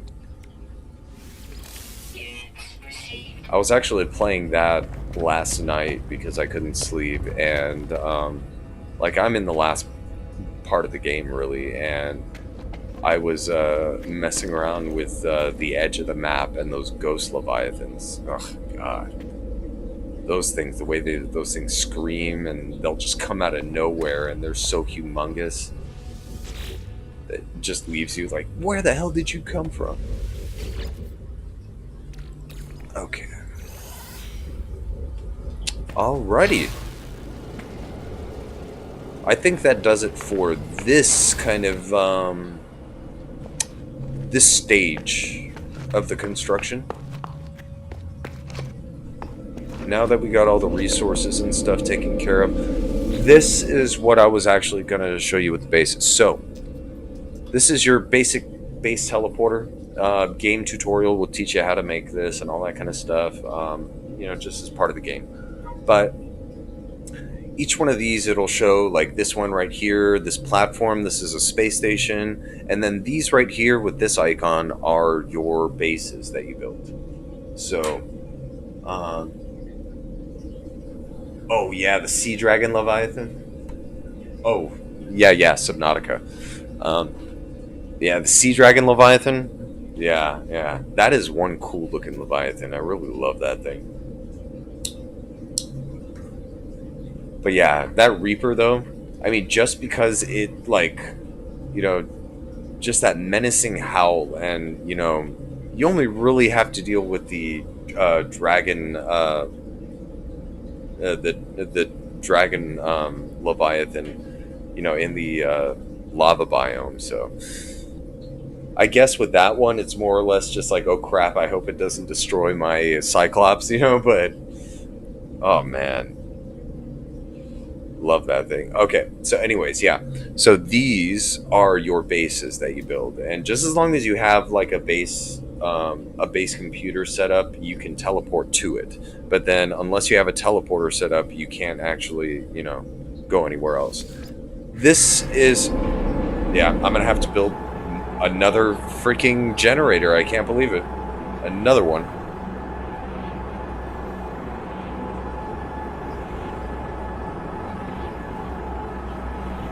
So that'll make 11 electromagnetic generators. All right. So this is a trading post that I actually built in a previous one. It's a place where I'm actually mining emerald and nitrogen.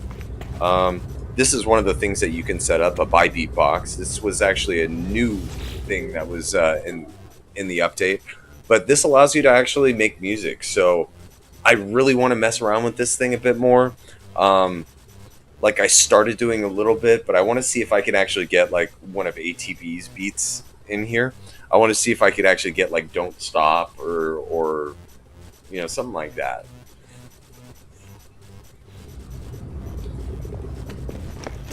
And let's see. This base, okay, that's my refinery.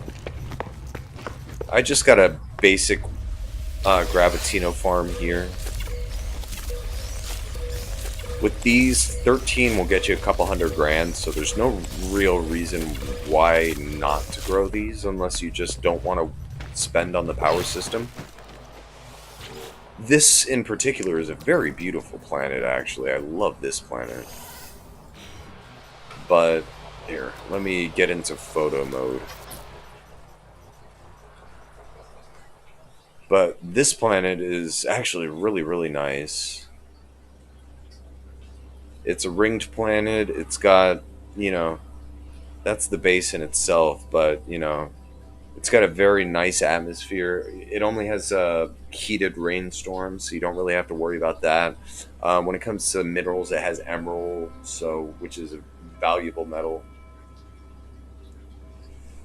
Oh, you know what? I totally suck at making music too, but you know what? If I work at something for long enough, I will figure it out. So I'll do that definitely off stream, but I want to figure that out so I can get that done, But oh yeah, so I gathered my emerald. Now I just got to gather my nitrogen.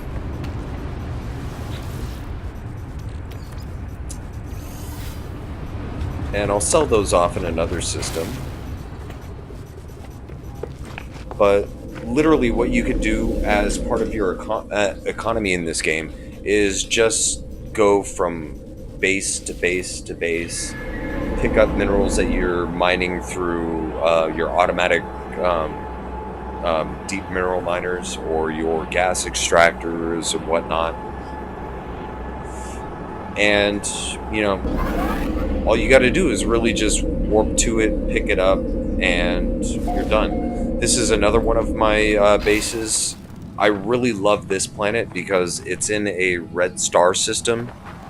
On some of the planets in red star systems, you'll get this effect where it's kind of like Sin City. The only color that'll really pop out is red, and then the rest of the colors will be in this nice, like, black and white. It just looks badass. I really love planets like these. Oh yeah, let me actually get back out of... Yeah, so even me, I'm all black and white, but then anything shown in light will really just pop in the red. I really love this stuff. But yeah, right here on this planet, I'm just doing silver. Nothing huge. And, oh yeah, I think I got, yeah, sulfurine going too. Wow. My inventory is almost full already. So I won't, you know, go base. You know, I'm just going to, I think, do one more to actually just show one more thing in the game that you do as part of the main story, which is you hire a base staff, and there's a bunch of terminals and stuff like that. They teach you recipes, and I mean, it's all in all something that you really should invest your time to do, so you don't have to, you know, waste your money doing other things. But this is one of my other bases. This is actually in the Euclid Galaxy. But you'll get these people here, which are your basic staff. And I've already completed all their missions, but after you've already done that,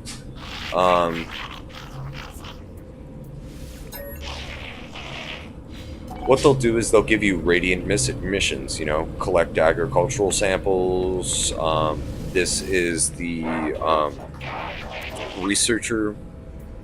He'll just ask you for like floral data, and once you give it to them, they'll give you nanites. This is the main overseer. He'll just ask you to take photos of planets and stuff like that, and the reward that they give you is really, really good.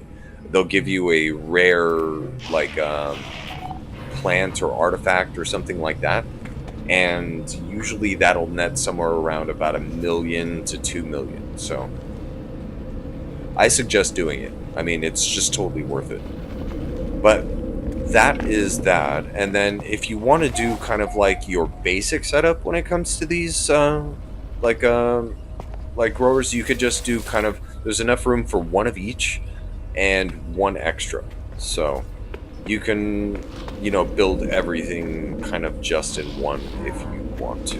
But let's go back to, oh wait, before I leave, I am mining paraffinium here, so I should actually grab this before I go. Let's see, I got no more room in my freighter. High capacity, exosuit, and I'll put the rest in the storage container. Okay. Alright, so let's go back to that system that we were at. I believe it was this one here.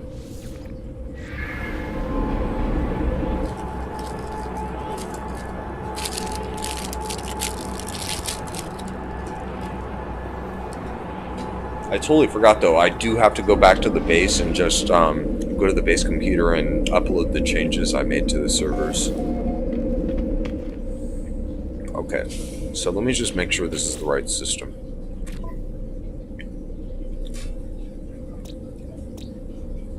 Okay, so I've only actually discovered one planet in the system. This isn't the system that I wanted to go to, but this actually has a lot of cool planets. Let me actually see. I'm pretty sure. Oh, yeah, it was this one.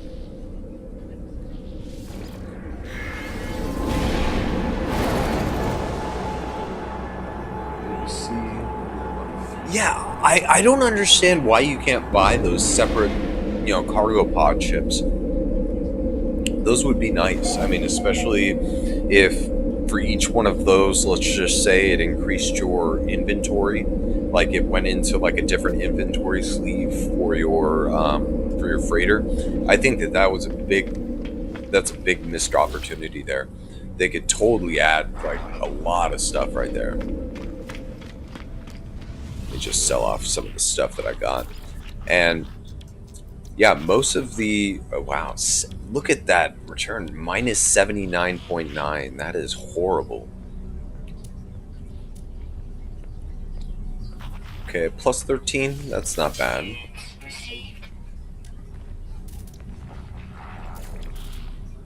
Yeah, but a minus 79, that is horrible. Minus 2.6, that's not that bad. And yeah, I'll just sell off the silver. I don't really need it, I don't think. Yeah, I already have 500 in my cargo.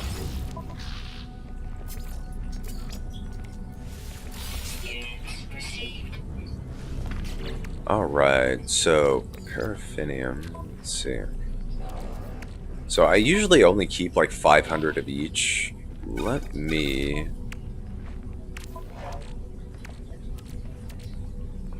just move some stuff around real quick.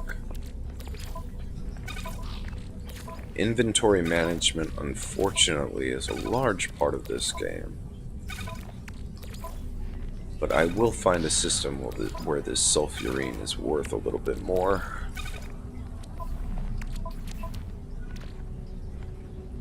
And you know what? I might as well see how much this emerald is going to be selling for.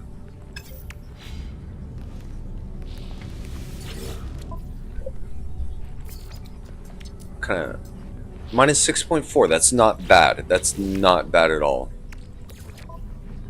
In fact, the smart thing to do right now would be to actually sell off all of this right now.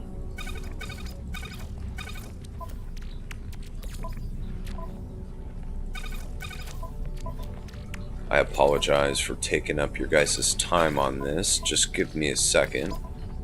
Making money is making money. And, you know, I could sell off that activated cadmium, too.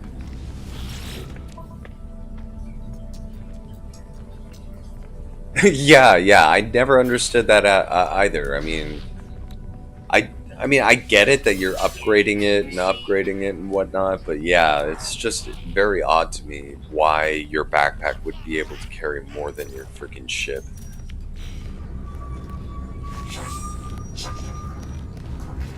Yeah. And, I mean, I know that I'm not doing, like, what I potentially could be doing to make money. I mean, like... Oh, God, I forgot to sell this to... never mind, it's fine. I mean, I could set up, you know, like a chlorine mine or something like that, and, you know, just have, like, a whole big system to make, you know, like, 100 million a day or something like that, but, you know, I don't like playing like that. I don't find that type of grind enjoyable.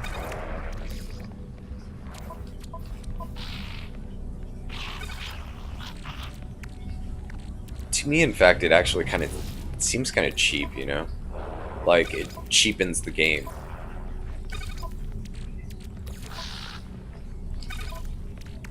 Like, honestly, even the farm that I set up at that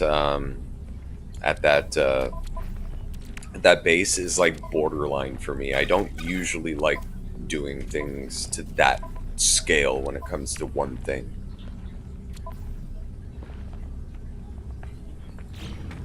Okay. So wait, actually, how much am I gonna get for this silver here?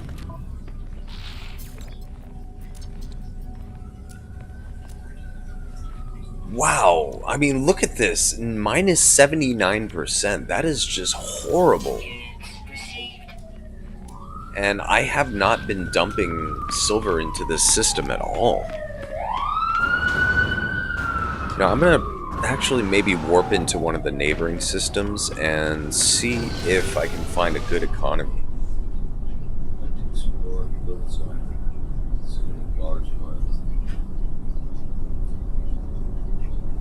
Yeah. Yeah, I mean, I've got like a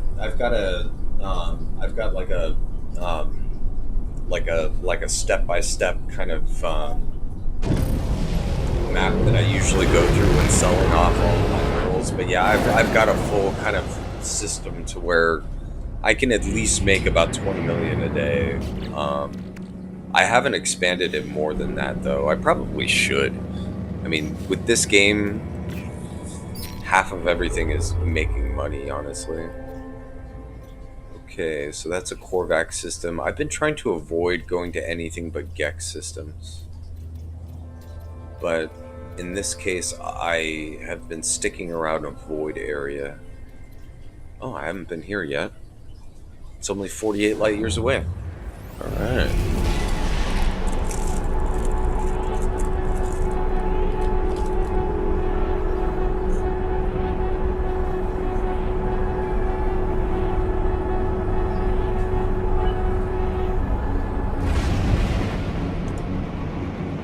Oh, we warped right into a space battle. Alright. Well, I'm gonna try this in third person. I've never done a space battle in third person before.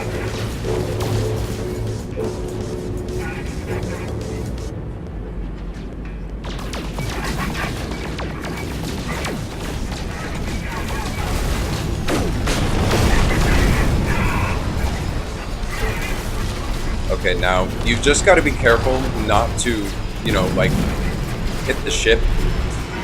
The one thing that I hate is when I'm in the middle of a space battle and I accidentally hit one of the freighters, and then the sentinels get called in.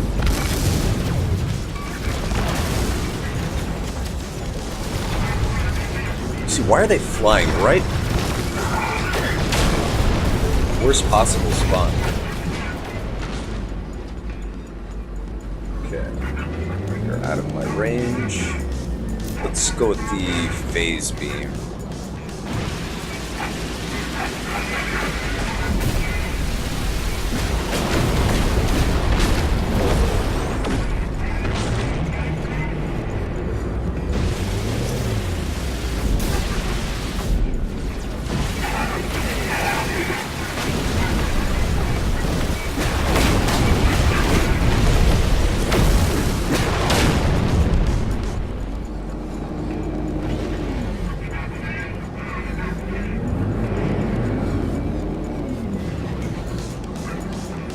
Is that all the ships?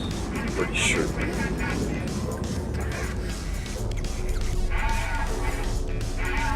Huh. Oh, yep, there you are.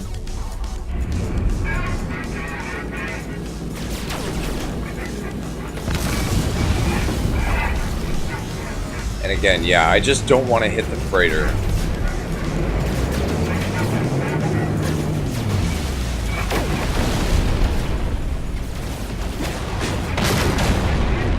See, right there. He's right there, but then that's right where the cargo pods are. And if I hit those cargo pods, then I'm gonna have to deal with the sentinels. Ah, there you are.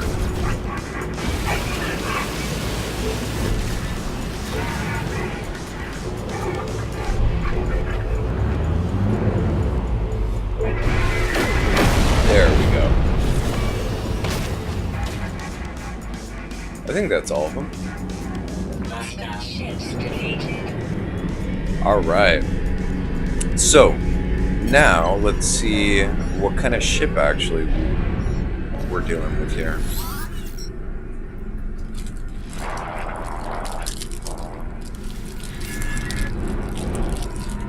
Alert. Navigational data received. No free slots in ship inventory. I was flying backwards, it looks like. Okay. So it's one of the Star Destroyer types.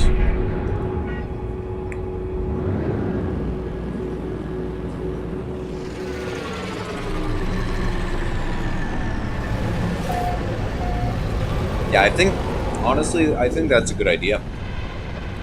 Like doing the tutorials and stuff like that. Because, I mean, there's a lot of different flavors, of the way people play. And, I mean, it's good to see, those tutorials that are up right now. But honestly, I mean, like, everybody's got a slightly different way of playing. And,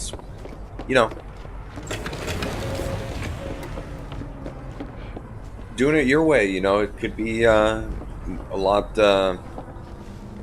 It could be more beneficial to a person, you know.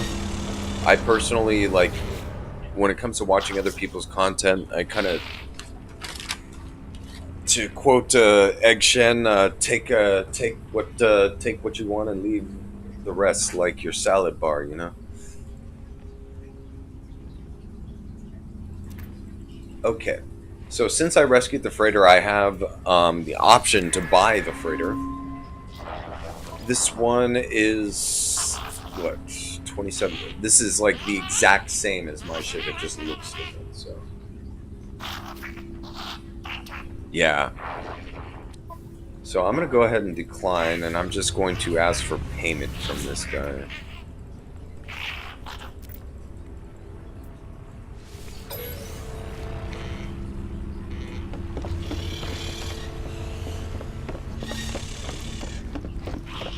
And always, when you enter one of these freighters, and do not delete it. A lot of people do this. I've seen them do it. Don't do it. Okay, these storage containers will always refresh whenever you go into the docking bay below and then back up. So literally, actually, you can spend like an hour just farming those containers, walking up and down, up and down. And what they'll give you is antimatter, one of the racial relics, or it'll give you some type of construction supply, like a microchip or a antimatter casing, something like that. But you could literally sit there for half an hour and probably make somewhere around about, I'd say 20-30 million, just off of those 3 containers. If you already researched them in the station, I mean, you could just build a room full of them. Seriously, just farm that. You know, it's so much easier actually than a lot of other stuff. And literally, all you have to do is walk down to the docking bay where all your ships are, and then just walk right back up. So selenium, cobalt, phosphorus. Let's see. Wow, this thing turns so well. I'm having a hard time controlling it. I'm so used to a big ass boat. Pork Chop Express. Let's see, what do we got? We got fungal molds, ammonia, magnetized ferrite. No free slots in ship inventory. Frost activated copper. That's something good. There's probably going to be storm crystals on this planet too. Nice.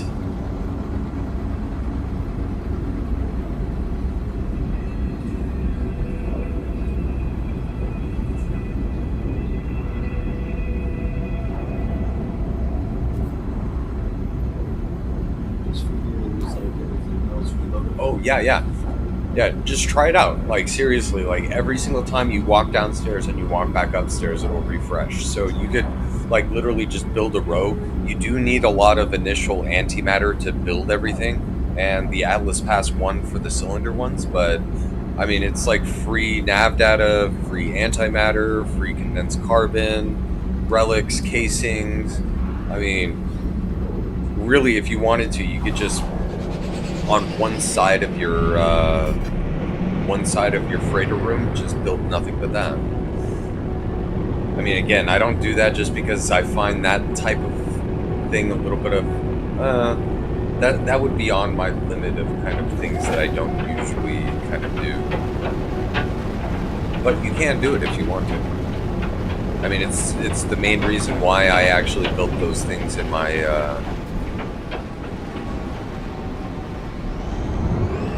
base next to the teleporter.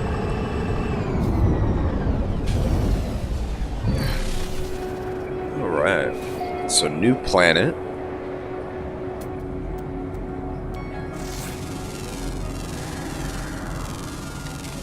Extreme hazard planet. Extreme hazard planet. Let's see, it doesn't look like storm crystals though. Oh well. There's still actually activated copper here, which is definitely good to have. Damn it. Sorry. button mash there for a second. But yeah, fully upgraded up. I mean, just a standard plant, 60 grand. I mean, when you visit a planet like this, you're looking at scanning probably at least a dozen plants. Dozen plants, 60 grand each. Pretty damn good. That's not including even the animals. The only drawback is that, like, minerals wise, you only get 200 each. So. Oh yeah. I think it's because honestly the deck section I believe is considered a separate zone. So when you go through those double doors at the bottom, which I think is actually the reason why once you get in the middle of it, you have to go in one direction and complete it. Once you go through the double doors, if you know what I mean. And I guess yeah, going from that zone to upstairs and then back resets it every time.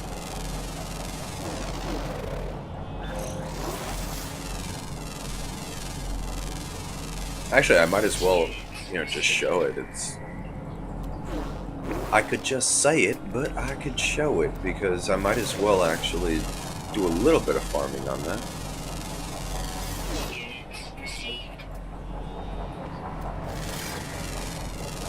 And very tech, cool.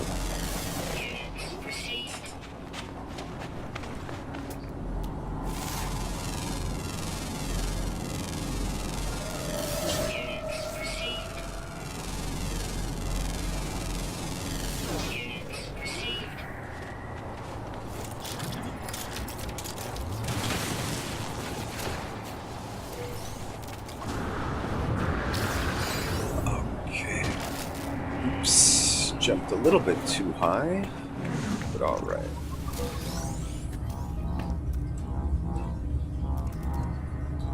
Weather warning. Incoming storm. Let's check this out, see what kind of buildings we got near us.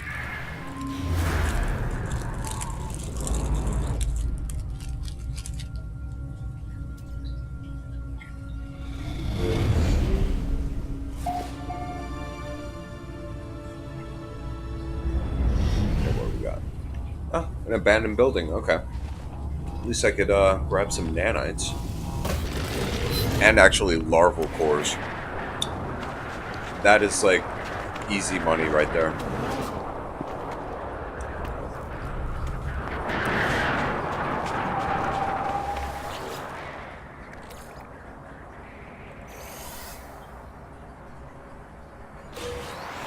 Wait, what's my inventory looking like?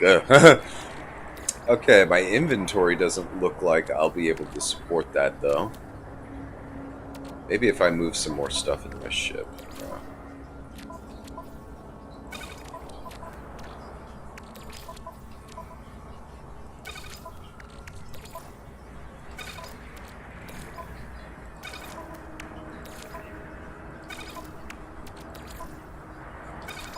Oh, I'm so glad I spent on that teleporting unit. It would be so annoying having to lug all this crap around.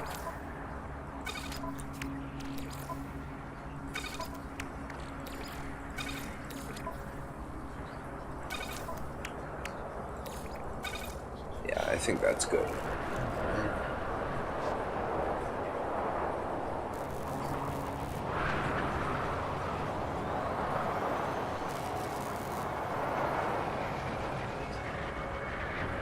Both.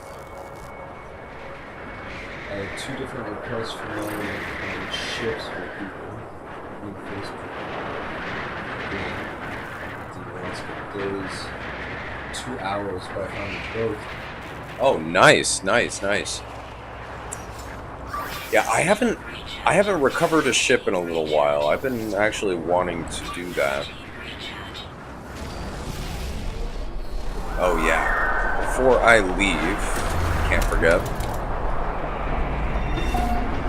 But honestly, I haven't been getting too much luck when it comes to even what I've been finding, though. I mean, like, most of the ships that I've been finding lately are all C-class, but the one good thing about that is when you take them to go get your salvage, you do have a chance of getting a upgrade module, so...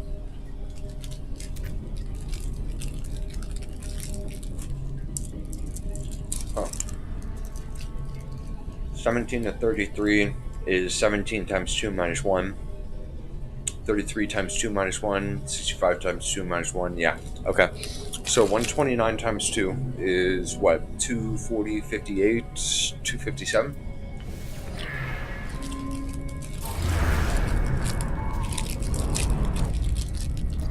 Nice. Speak of the devil, we're just talking about this. Hopefully, though, it's a...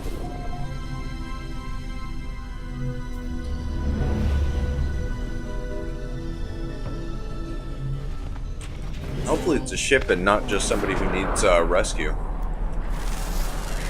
Oh, what do you know? There are storm crystals on this planet. Is there any that I can... Yes, there is. Nice.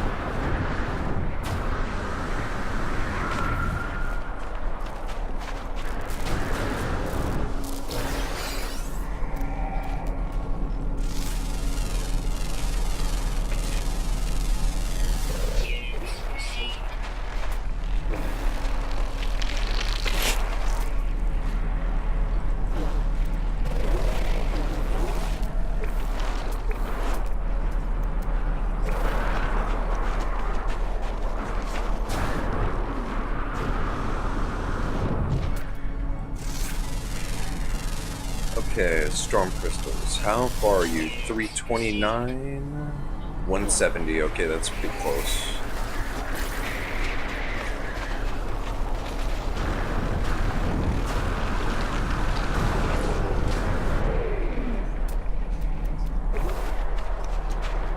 Oh, there you are.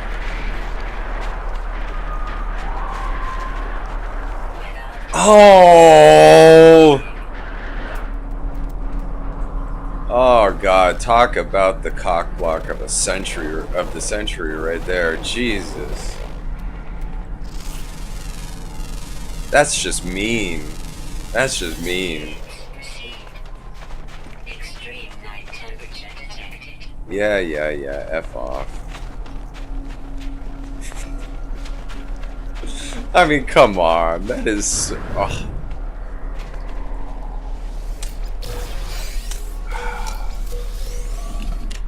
What can I say?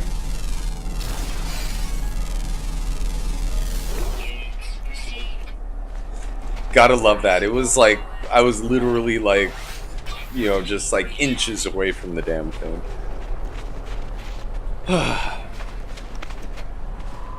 It's funny, it's like those 3 crystals right there, that would have been what, like probably like 400 grand right there.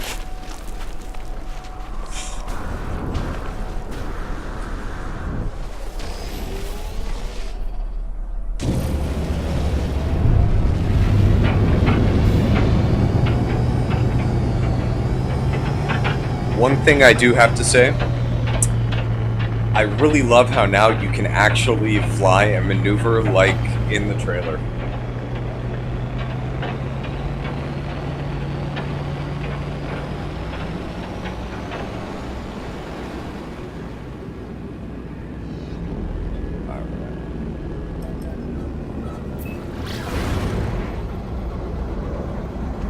You know what? I like actually flying in third person. It is pretty cool.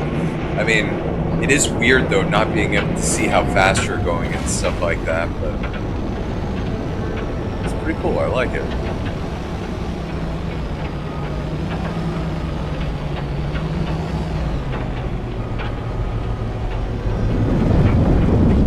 Okay, yep. Cool. Alright, so we've got a ship.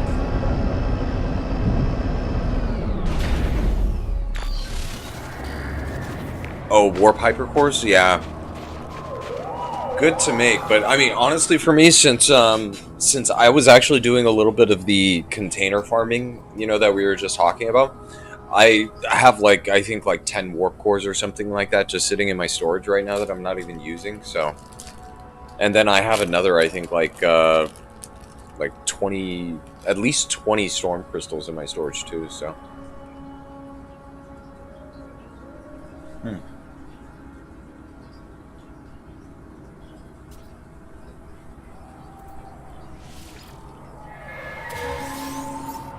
Okay, what did we get?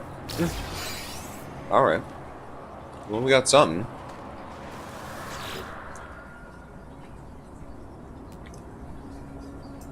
Okay, this is the lowest class, but it is an A.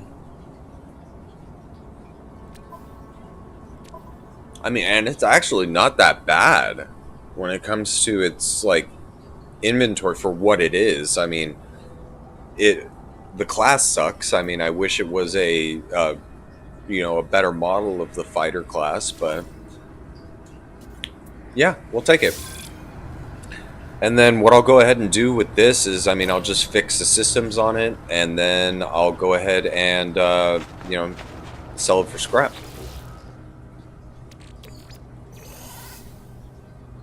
And hopefully get a module out of it.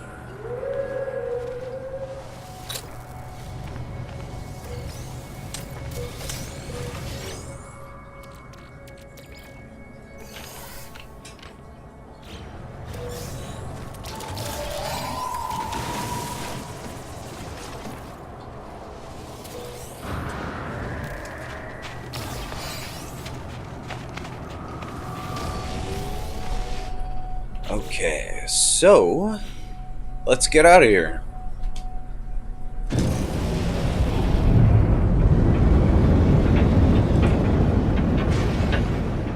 And I'm just going to do a little flyover, see if we can actually see anything interesting from the area.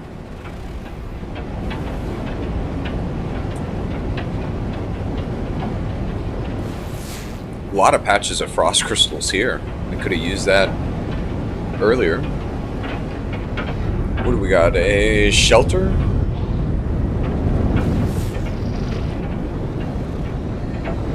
Well, let's stop dicking around, go to the space station. Okay. There you are.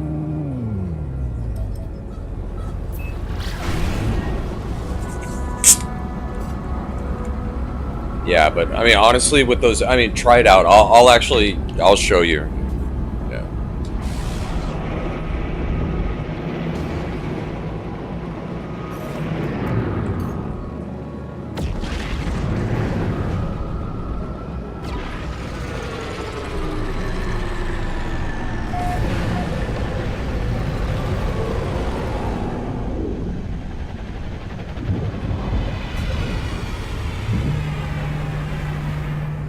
Wow, that's actually a really, really nice landing animation too. I love the way the wings fold and all that kind of stuff. It's pretty cool.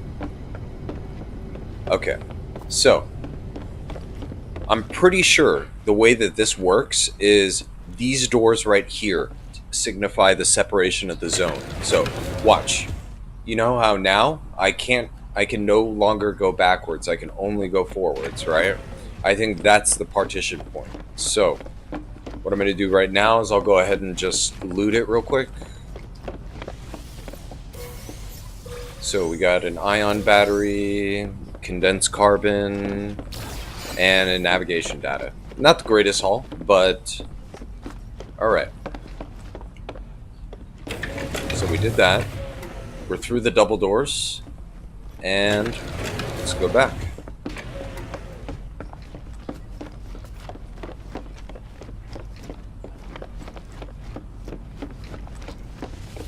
Boom. So, I mean, yeah, if you really wanted to, you could literally just boom, boxes, boom, cylinders, boxes, cylinders, just make rows of them, and then you could pick up, free stuff every time.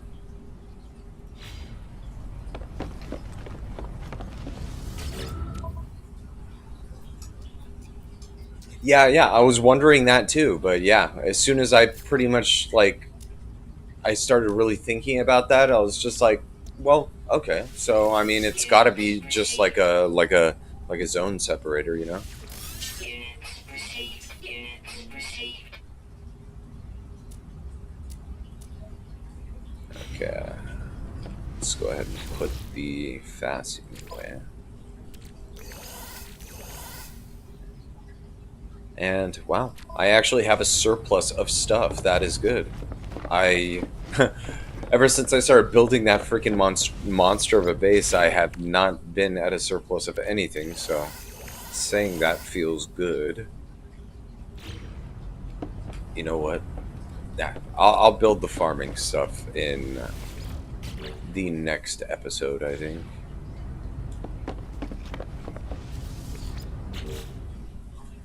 Okay, so I've actually I want to see this. I've heard that you could actually refine salvage data into nanites. Oh, nice.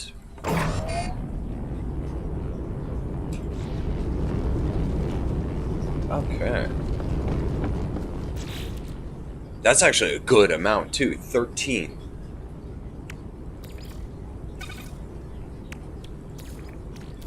Technology recharge.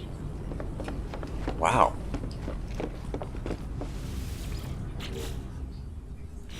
Okay, those are glitches.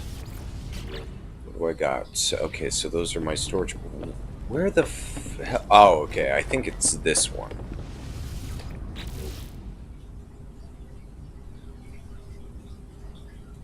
Okay. Well,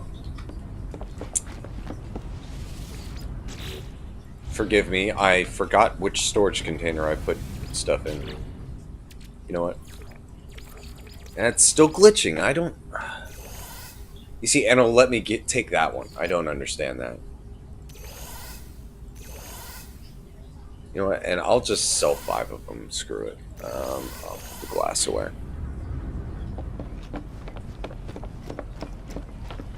I swear.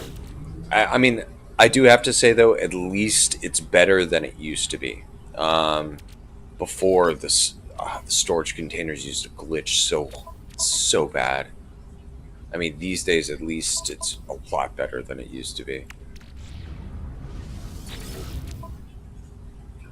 Before, I mean, I remember actually there used to be this one glitch that annoyed the crap out of me where you, when you access your storage container from inside the freighter, you end up inside the skeleton of the freighter.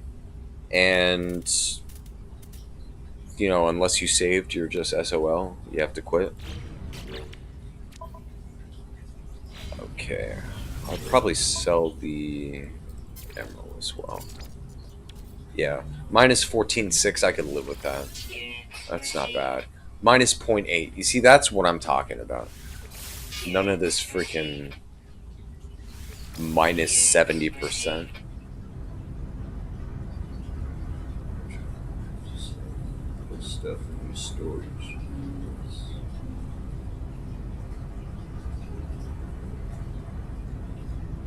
Let's see, what is triangle? Let's see, I'm using a computer, so is what triangle the action button, or what is on a controller? I mean, what button does that signify? I'm using a keyboard, so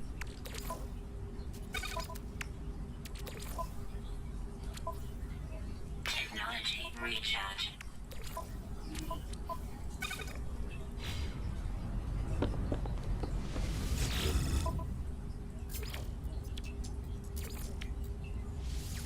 Unit received. okay, that cleans that up, and then I think I can get rid of some of this silver.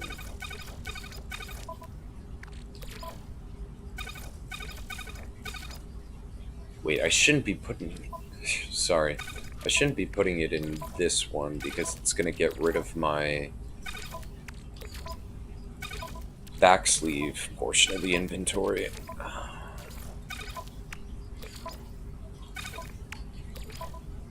And I'm doing this right now because I do want to save some of this, so...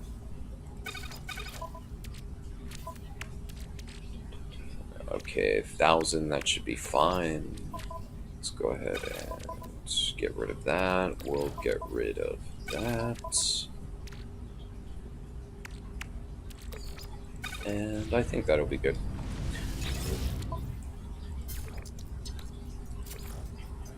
Okay, now that I've flooded the market, I mean, this is more than anything, but it's only 250, so not bad. Unit received. Okay, so that's all done, and so yeah, next time, I mean, if you do want to just farm that, I mean, seriously, like, almost, like, I think it's like a 25% chance that you get a relic, right? I haven't been using my relics. Let me just pull out these Gek relics real quick. So, if you want to just farm, like, let's just say these relics, right? I have a, what, 7 stack? That's 155, you know, that's, I mean, that's not bad. And you pick these up for free, so... Units received. Do it! But okay. Get back to the space station. We'll get back to the main base.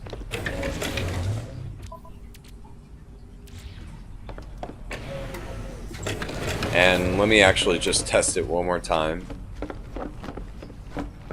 So we've done it twice already. This will be number 3. Yeah, every time. So as long as you move past that partition point, you're good. It'll refresh. And yeah, I mean, just imagine navigation data. I mean, shit. Navigation data alone, you could accumulate a hell of a lot of stuff. Alright.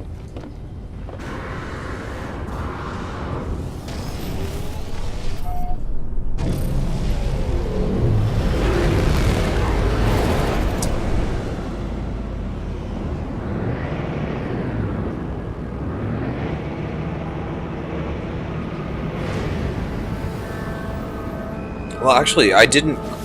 You know,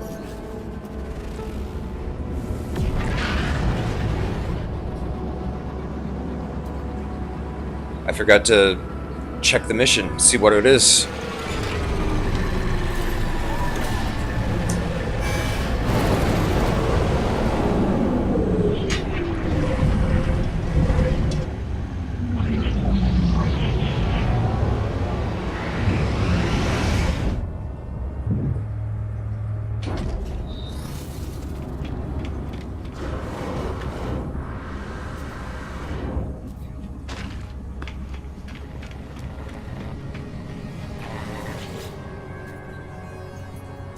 Hunt pirates? Yeah, I'll do that.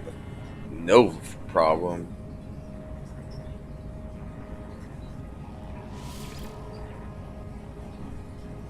Let's see if this guy wants to join.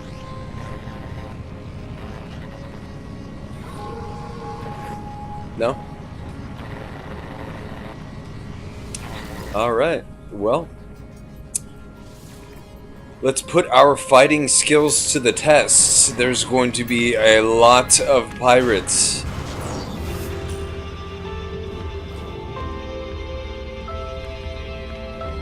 And for this, I am going to go into first person because, yeah, doing combat in third person is a little bit difficult for me.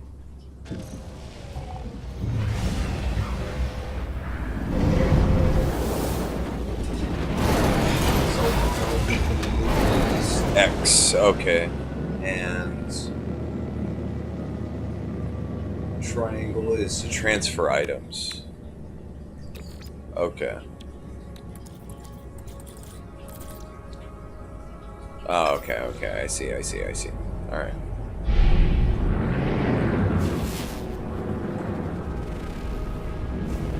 Hostile ships approaching.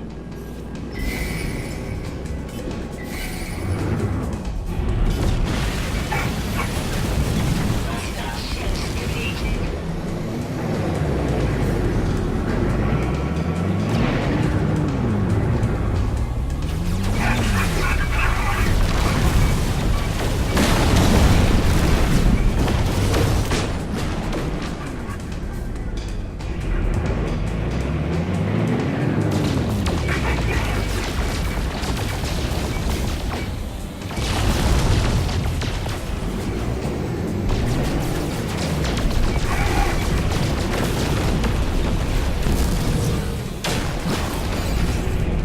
Hostile ships defeated.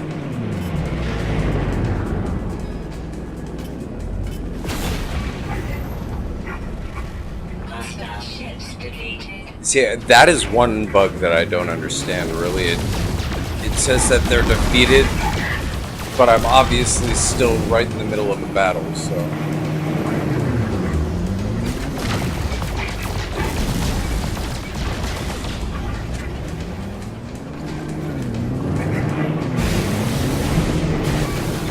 Crap.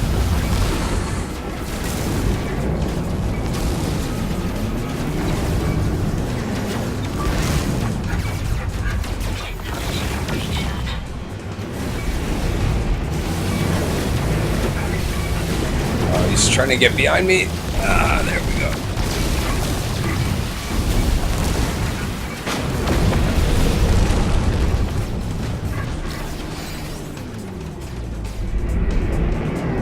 There you are, you bastard.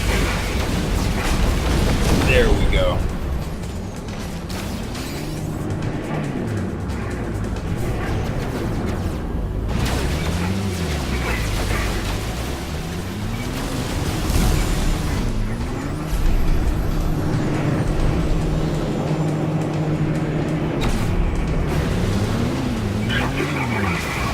Gotcha.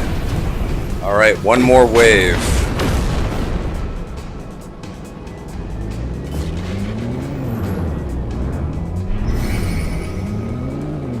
Oh. Yeah, I guess it was never fixed.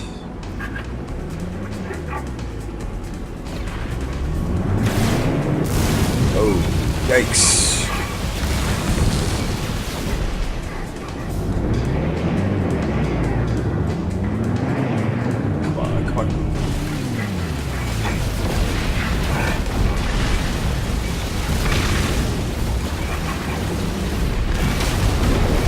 Gotcha. Alright. I wish I had my ship that had the Cyclotron Ballista on it. Either that or the Positron Ejector. Positron Ejector is my favorite.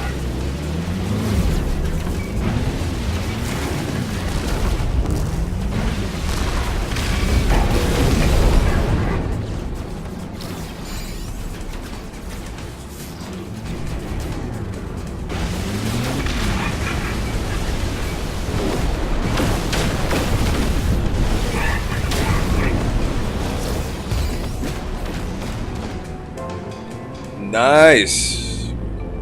Done and done. Alright, so where's the anomaly? Anomaly, where are you? There you are.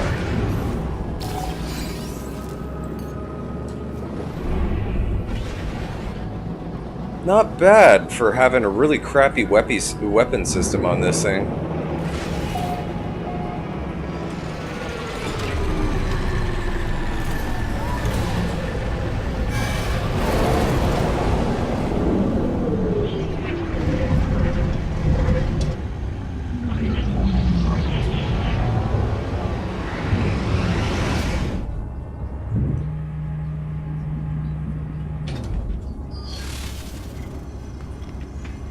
And this will push us over so we can actually get our freaking armor finally.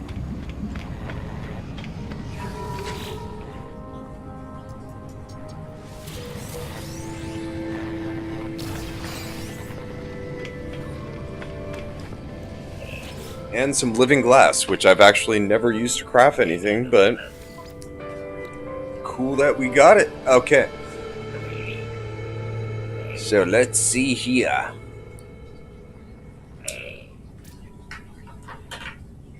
Appearances, yeah. Armored shoulder pads, that's what I want.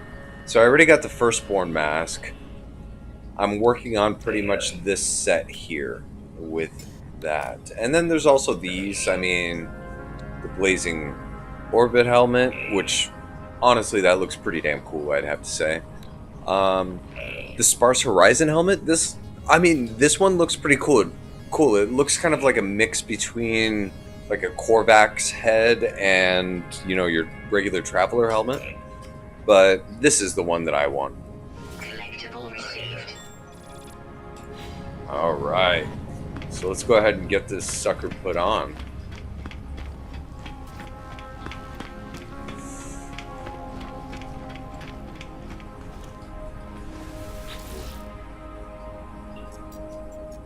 Okay, yeah, again.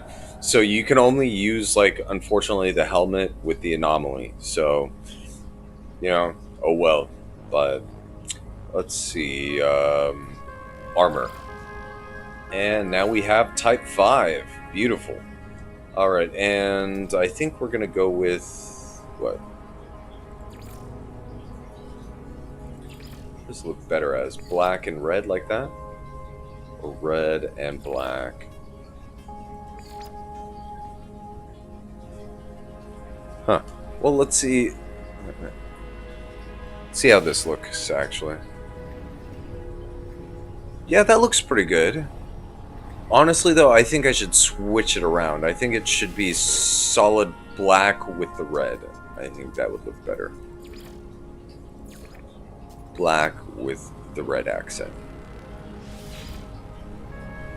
Yeah, I think that matches the helmet much better. But yeah, boom!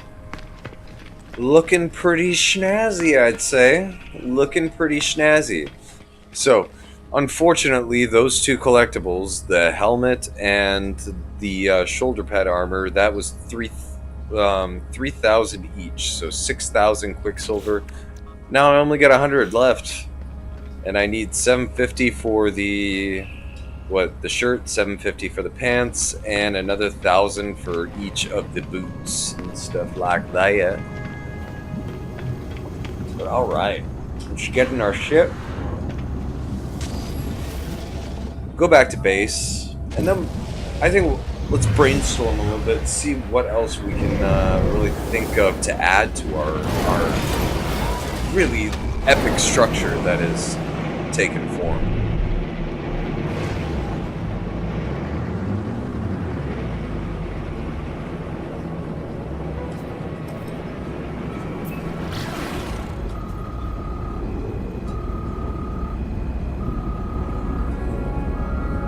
Yeah, I'm proud of myself. I have never built a base yet in this game that actually started making my frame rate skip, so I'm very, very proud of that. Hopefully we can get it to the point where it almost breaks my graphics card.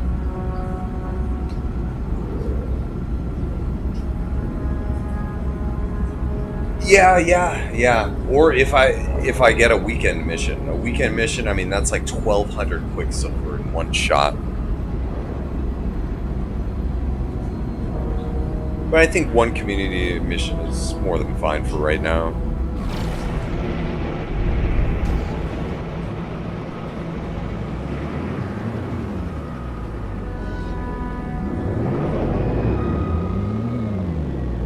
Love this ship. I gotta find myself a squid fighter though. I'm getting kind of pissed. I've run into one squid fighter my entire time playing this game, which is like probably about like 500 hours or something like that, 600 hours. I've only come across one, and I've come across probably about like 5 or 6 of these.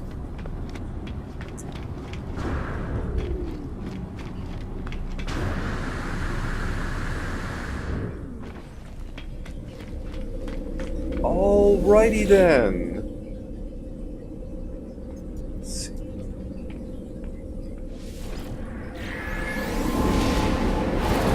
Yeah. Just Spaceball City, I don't know. I think it fits it better than Cloud City. Cloud City's good, but I don't know. And should I build it higher? That's the thing. If I build it any higher, I mean, I already can't fit the damn thing in a base picture anymore. If I build it any higher, I think I'm going to start glitching massive, but I think this is okay for now, at least. Oh yeah, let me go ahead and try and take a new base screenshot. I don't know if this is even going to work. Okay. Yeah, you see, I'm at the furthest you could pretty much get from it, and I can't even begin to get this thing into the frame. I mean, it's just too massive.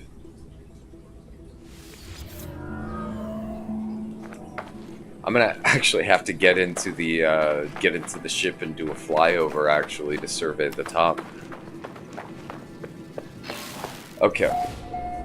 So we're in the first habitable level. Oh yeah, I've got to finish building the floors in that room, but that's not really a priority. What I want to do is get to the top levels. Okay. Alright. So we're out here. Now, what I can do is I can put actually, since I have the teleporter already up there, I could change that back over to a foundation room. Or what I can also do is I can actually turn that upper room into the refinery room up top. Or, I mean, I could honestly just move all my batteries up there and turn that into kind of like the power generation room, but I don't know. I mean, what else should I add to this? I mean, I've already sunk a hell of a lot into this. I really am... I guess running out of ideas for today of what we can actually add to this thing. I mean, I can finish building the floors and everything like that to the lower level.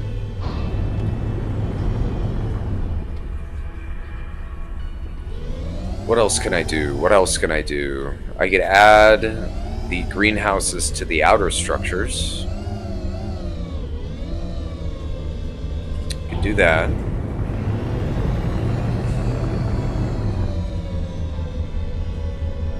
Let's see, I always set up one pod full of nutrient processors.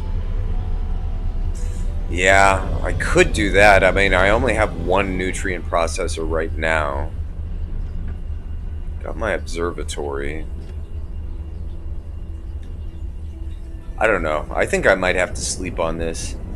I can always add additional structures out here, and I can always build underneath that. Wow, this is so weird that I have to actually fly around the damn building in order to survey all of this. Okay, so I've got to land really quick so I can actually build another one of these, though. I can't believe I ran out of power. Okay, I need 2 metal plates. Product constructed.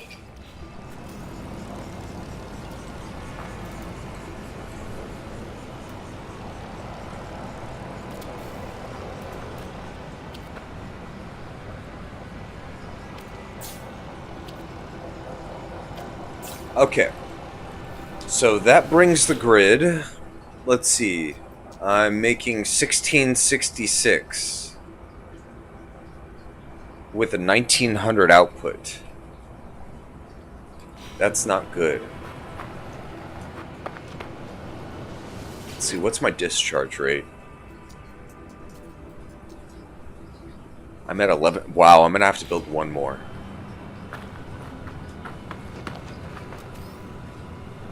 One more battery, one more.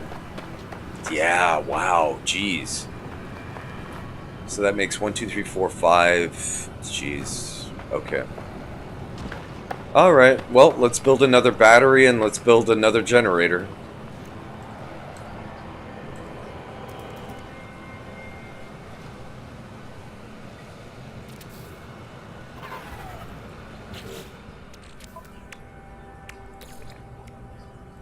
It's ridiculous.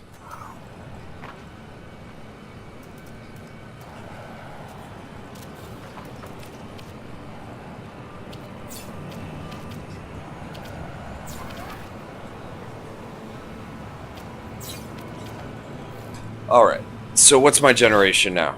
I'm at 1800, 1900. Okay, that's sustainable. I can sustain that. Alright. Until I start building more, I can sustain that. Alright. Yeah, I wanted a dance club, but the only problem is that I'm going to have to actually build it on the ground here. There's no other way I'm going to be able to get around it. Because I can't build it on any of the upper structure levels. So, I mean, it would have to be down here. One thing, though, I did want to see. I did actually want to see if, structure-wise, if I could do a basic, like, let's just say a concrete one, right?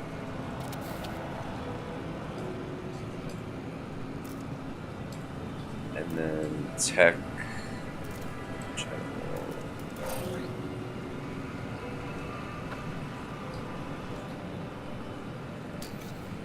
You see, I can...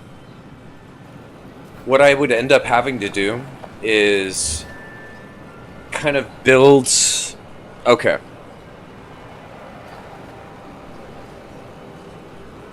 What I would end up having to do is I would have to end up building like an exit, and then I would have to build these floors kind of attached to the side of the building, and then I would have to attach the dance floor pieces to the side of that. Actually, you know what? Let's try it. Screw it. We might as well try it.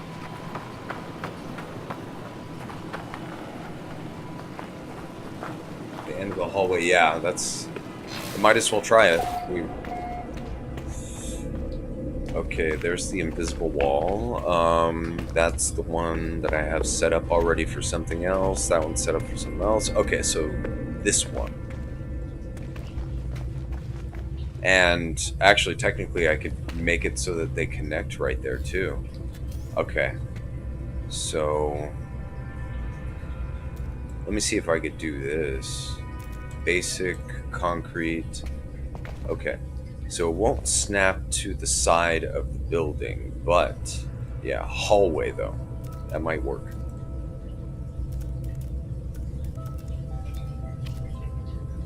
So I'm just going to do a basic hallway for now. I'll change it to glass later.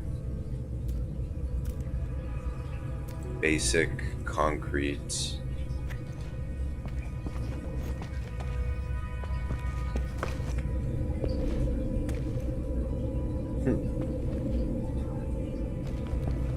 You know what? Let me just build a floor and a door real quick. Small floor. Let's see, where's the staircase? It's there. Okay. So we'll do floor there, floor there, floor there. Jesus Christ, I cannot believe I ran out of pure ferrite again. Fuck. Okay. Luckily I have all this stuff with me, right?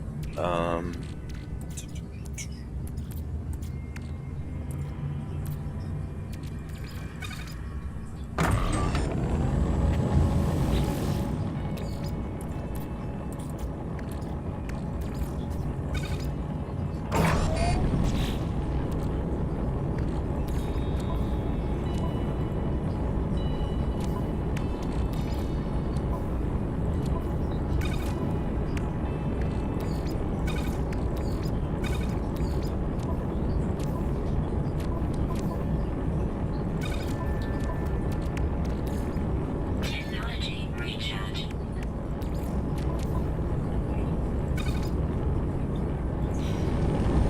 Okay, let's see. That should be back there.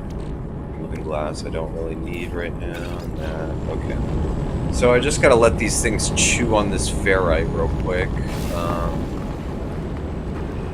But since I'm out here, I might be able to do it from ground level. Where did I put the hallway? Is it right above me? No. It's gotta be then on the opposite corner.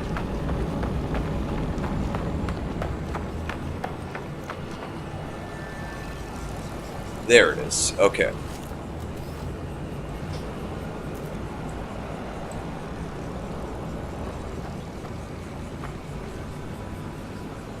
Huh. Okay. So it doesn't look like it's gonna snap to a hallway either.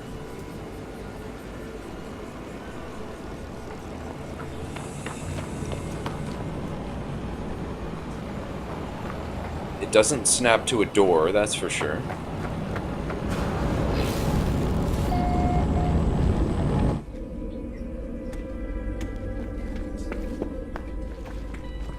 Yeah, so it doesn't look like it's actually going to snap to it. Yeah, you need to use a wall at the end of a hallway that gives you a little door. Then you can connect the dance floors directly to the wall. They don't. So I need to use a wall. Okay. All right. So how about then? What?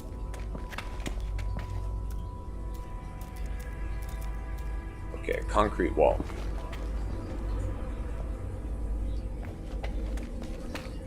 So it won't snap to that. Let's see. So if I build the hallway,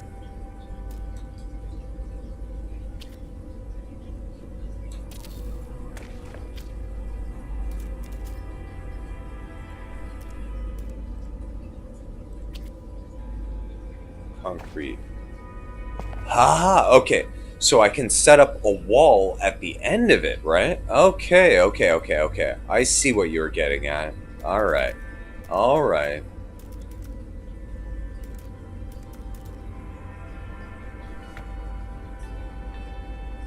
Yeah, I can do a metal door frame. And then we'll do... Thank you, thank you, thank you for the advice. I very much appreciate it because now this actually will work. Okay, so we can't have it too big.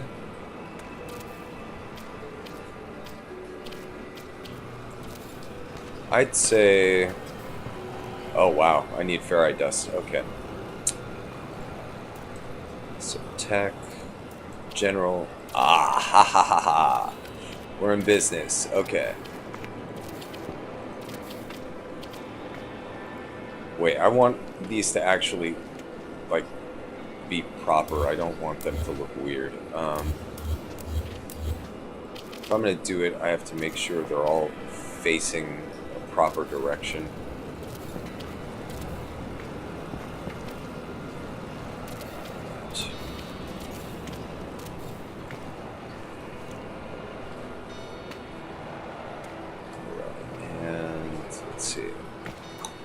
Okay, so I just need to pick up some ferrite dust from downstairs.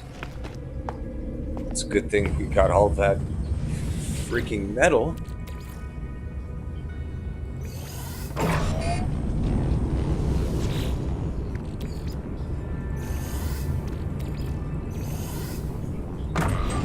Okay.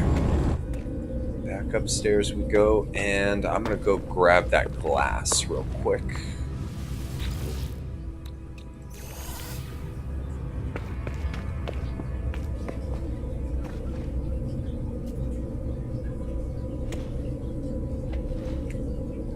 And they'll connect right to the... there's the invisible wall. They will, but then it would be nice to have like a little buffer area around the dance floor, you know what I'm saying? What I can do though is I can make them small. So what I could do is this. I could use the small floor.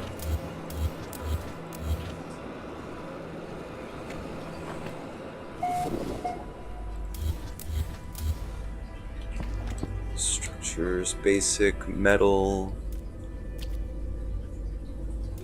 glass floor. Oh, I only really have one size floor to work with other than these corner panels. Okay. Well, what I'll do... Yeah. I'll use glass panels for the floor.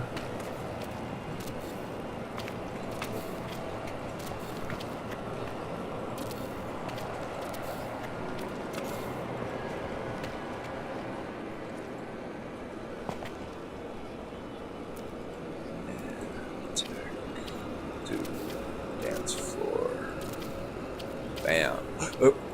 Oh, okay, that's interesting. So I can actually go one level out too. That's cool. Okay, okay, okay, okay. So I can make this entire thing a dance floor, actually.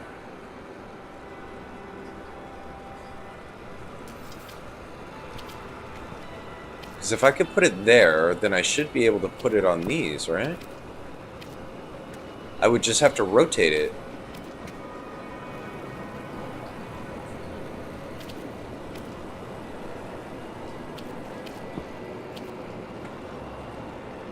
Okay, okay, okay, okay. Well, let's not get ahead of ourselves. Let's just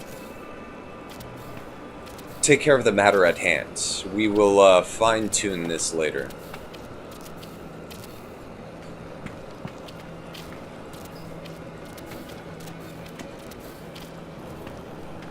Alright, now I gotta think walls. Walls, walls, walls. What are we gonna have for our walls on this thing? I can have this be like a large open air. That might be interesting. And then I can actually have a staircase and a doorway come into that upper level right over there too.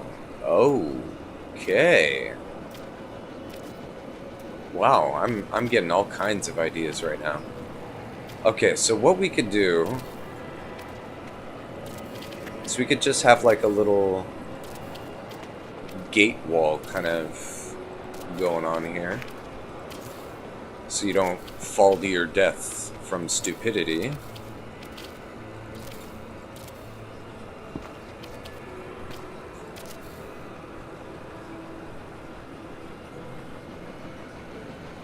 It does connect that way. I thought you were going to try to put them on top of the Floors. Oh, yeah. I probably will, actually. I'll put them onto, I mean, I just need to rotate, I guess, this floor here. I need to rotate.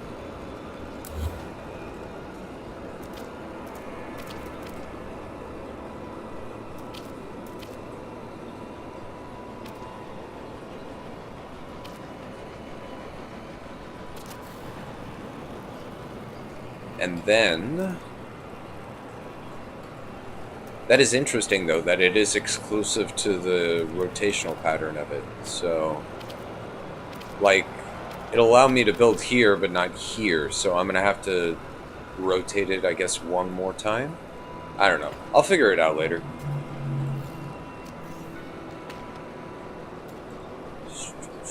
Base.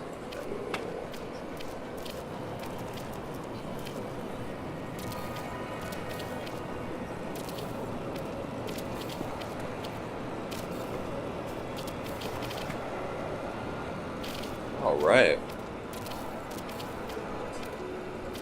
All it takes is one little thing for inspiration to take hold.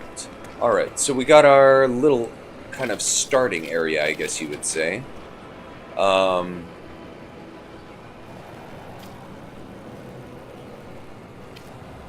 So what can I do to make this look unique and interesting? Let's see.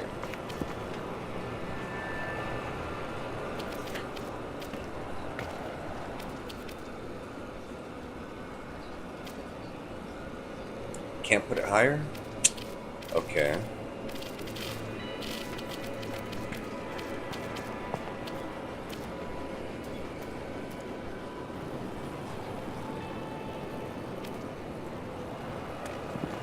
Well, open air is fine for now. I'm just liking, actually, this kind of, yeah, open kind of environment here. I think that's nice. Let's make sure it's got power. General. Sorry, I've never actually done the dance floor yet, so that's a bi-beat cable, okay. Power.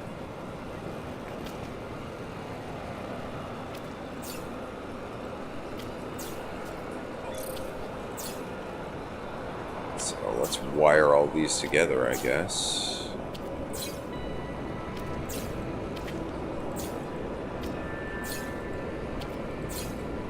I don't know if, like, they get automatically fed or what, but I'm going to wire them up anyways.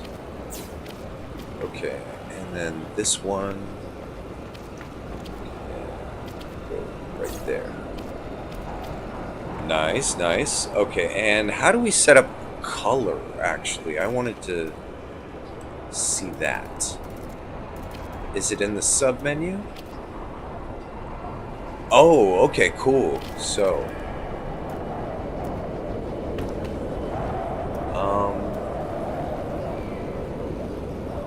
let's try, yeah, that color. So, I already wired it up. I don't really feel like going much further than that at the moment. So we got see-through floors. Oh yeah, that's right. I did want to build the staircase and a door. Basic metal.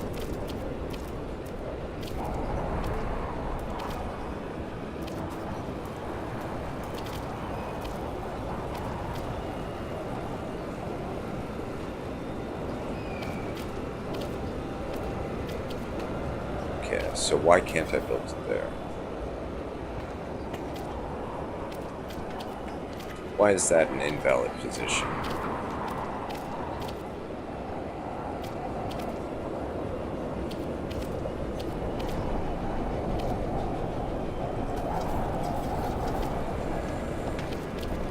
Huh. And that is not an invalid position for some reason. Okay.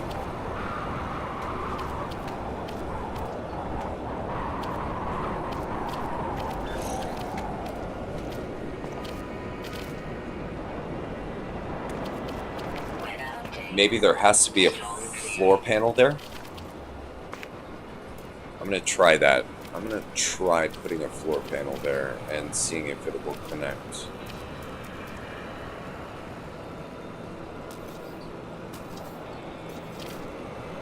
Whatever. I think I've done enough for right now on this section, but we will actually be coming back and working on this a little bit more. Tech, let's go ahead and get our bi-beat set up. And I need 1 antimatter and 3 metal plates.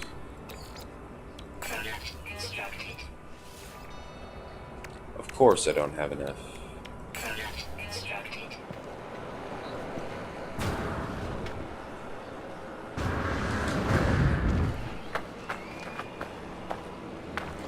Swear, one of these days I'm gonna do that and just splat. And there you go, 100 hours on this file gone.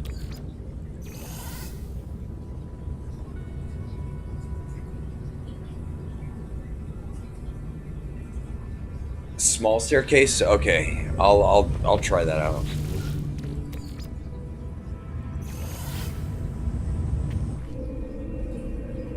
Okay, so for the long trek to the... Oh, wait. I built it out of the side of which one? This one. Okay. Alright, so small staircase. Let's try that.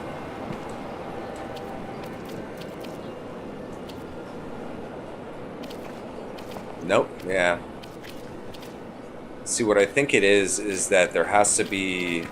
Like, there has to be a regular floor panel. Yeah. You know what? I might as well. Screw it.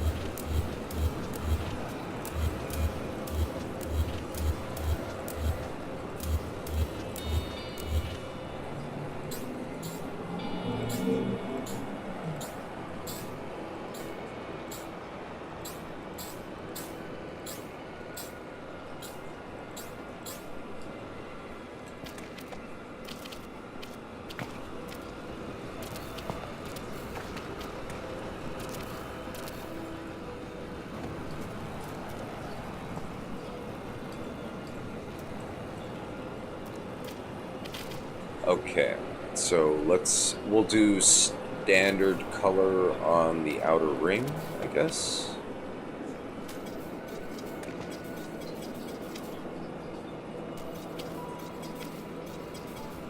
Huh.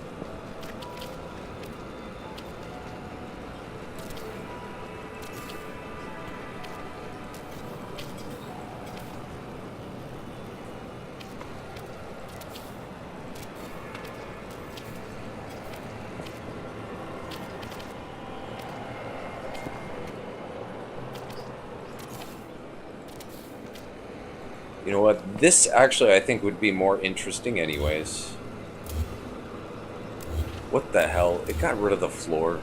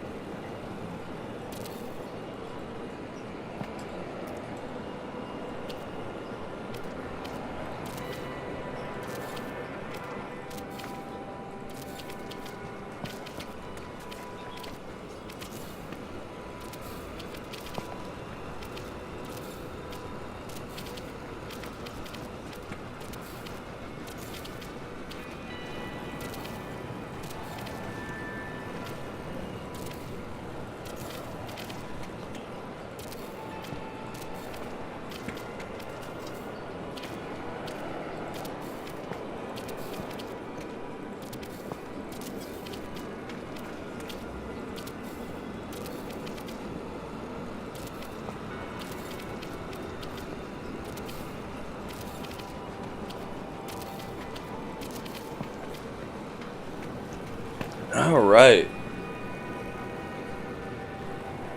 And actually, you know what? I did want to mess with the colors a little bit. You see, I have to delete the entire floor, then I have to delete those two, then I have to rebuild the floor again, and then I get... that is annoying. Okay. That, I think, is a good start. And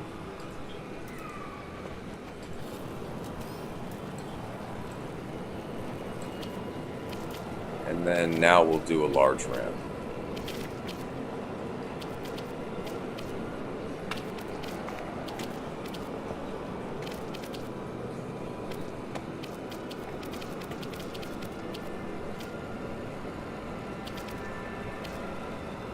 Okay, so it will attach to this one.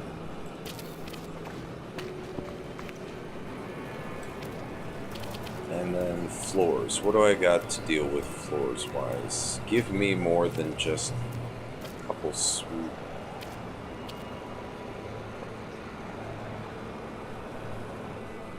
I can work with this.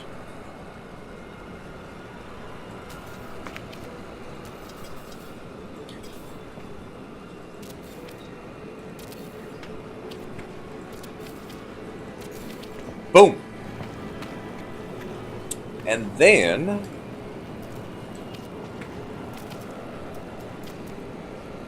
I'm short on silicon. Wow, I'm short on pure ferrite. Beautiful.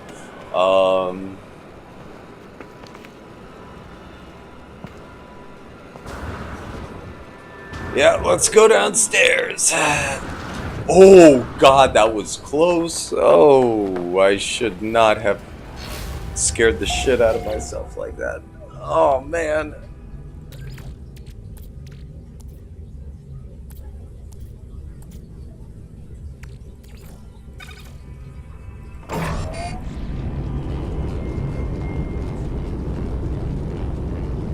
Well, at least I have learned a lot in how and why that thing works the way it does.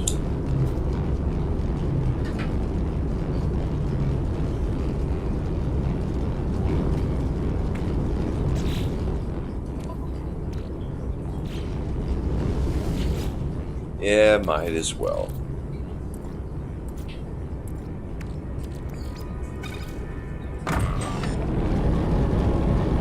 Okay.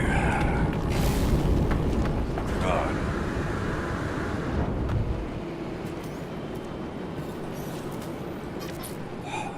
Let's see.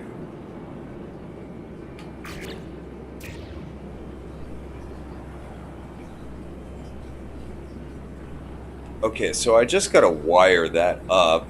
But I mean, before I do that, I'm gonna go ahead and swap out the colors and stuff like that, so it'll look nice. But it's good to know that I could get that ramp up there. That way I can have a door coming out right there, right out here to this area. Probably have like some chairs and stuff, tables, all that kind of good stuff on the outside, and then we'll get a buy beat going. I think that's workable. I think that's workable. And I like the way that we're actually starting to connect to all of these smaller outer buildings as well. I think that actually is pretty good. What I may end up actually doing is building a connection between these two buildings right there. I think that would work pretty well.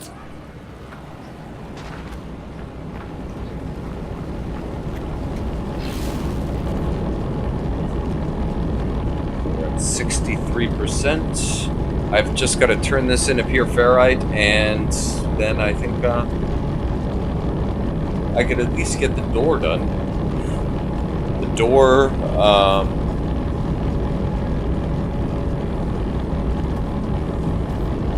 get the wiring done, and get the glass passage done.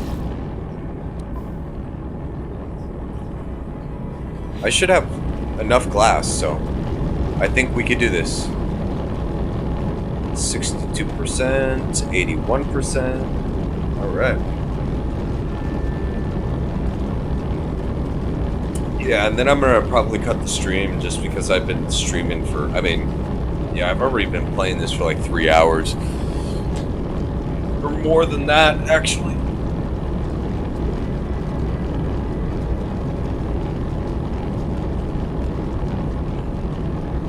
Loving this armor though.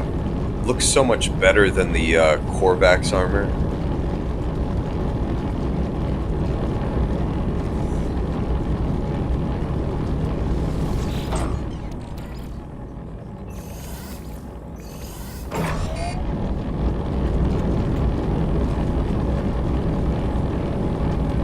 And I'm just gonna have this one chewing on the ferrite dust to make ferrite pure.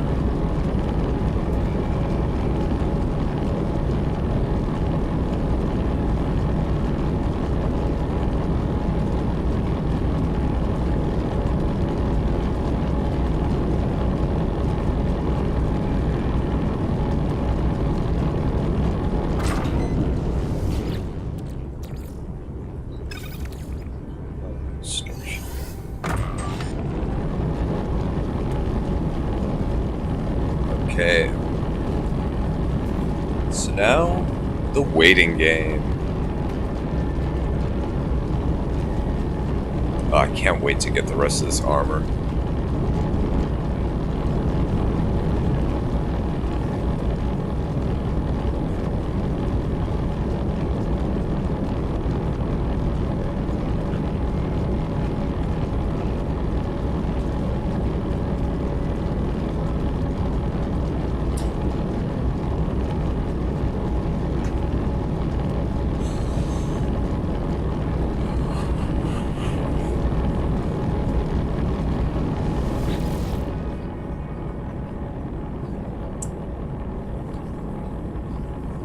Actually, you know what? While this is doing that, I just need to check on this. I had yeah, that's why. Start over.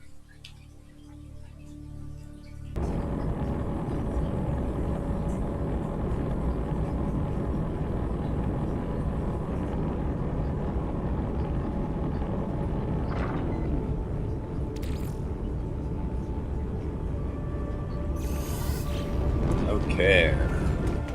Up we go.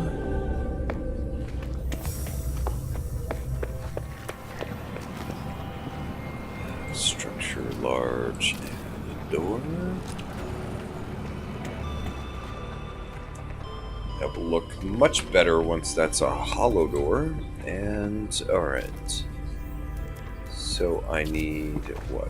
1, 2, 3, 4, and I'm too short. Let me see if I actually have that upstairs.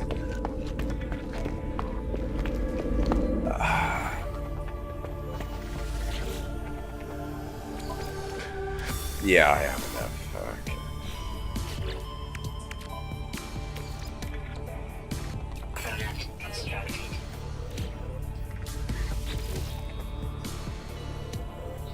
Oh, thank you, thank you. I appreciate that. Very much so. It's always good to hear when somebody likes, you know, what you're doing.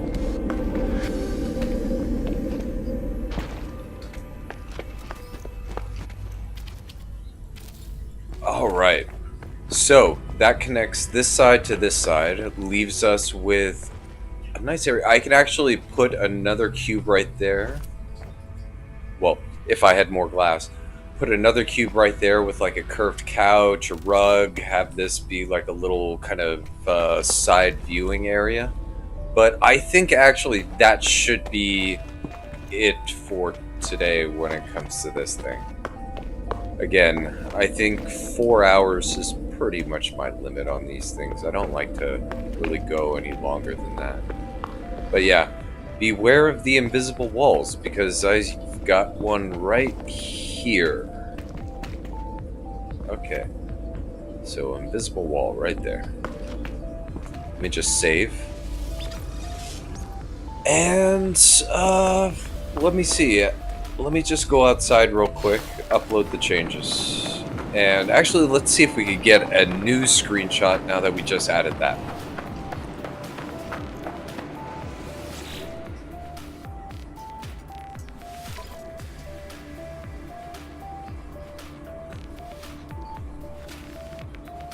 Okay, I'm at the edge.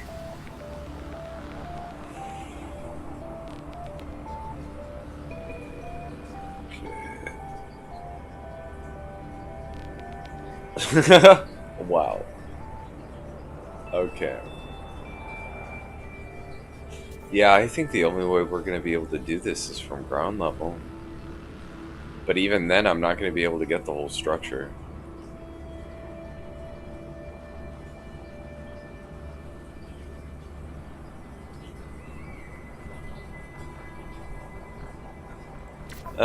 Well, good enough, I guess.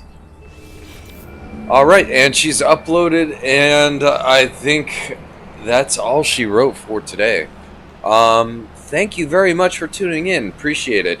Next time, what we're going to be doing on this is we're going to be doing a little bit more expanding. Again, I want to see if I can make that into like a little viewing room. We'll go ahead and wire up the dance floor, get all the colors set up, and get the buy beat, all that kind of stuff. In my off time, I am going to, again, work with that buy beat and see if I could get something interesting going with that. I'm missing a couple hallways, it looks like. I don't know. I've got to figure out what's going on there. It looks like I'm missing a couple hallways for some reason. It might just be a rendering glitch or something like that because I don't remember not putting hallways there. But yeah, so that's what we're going to do next time. The farming equipment. And then, again, we're going to add more to this monstrosity. And I'm going to brainstorm for the top level and see if I could think of anything else other than just that viewing area. But, yeah. Thanks for watching, and I'll see you on the next one. Peace out.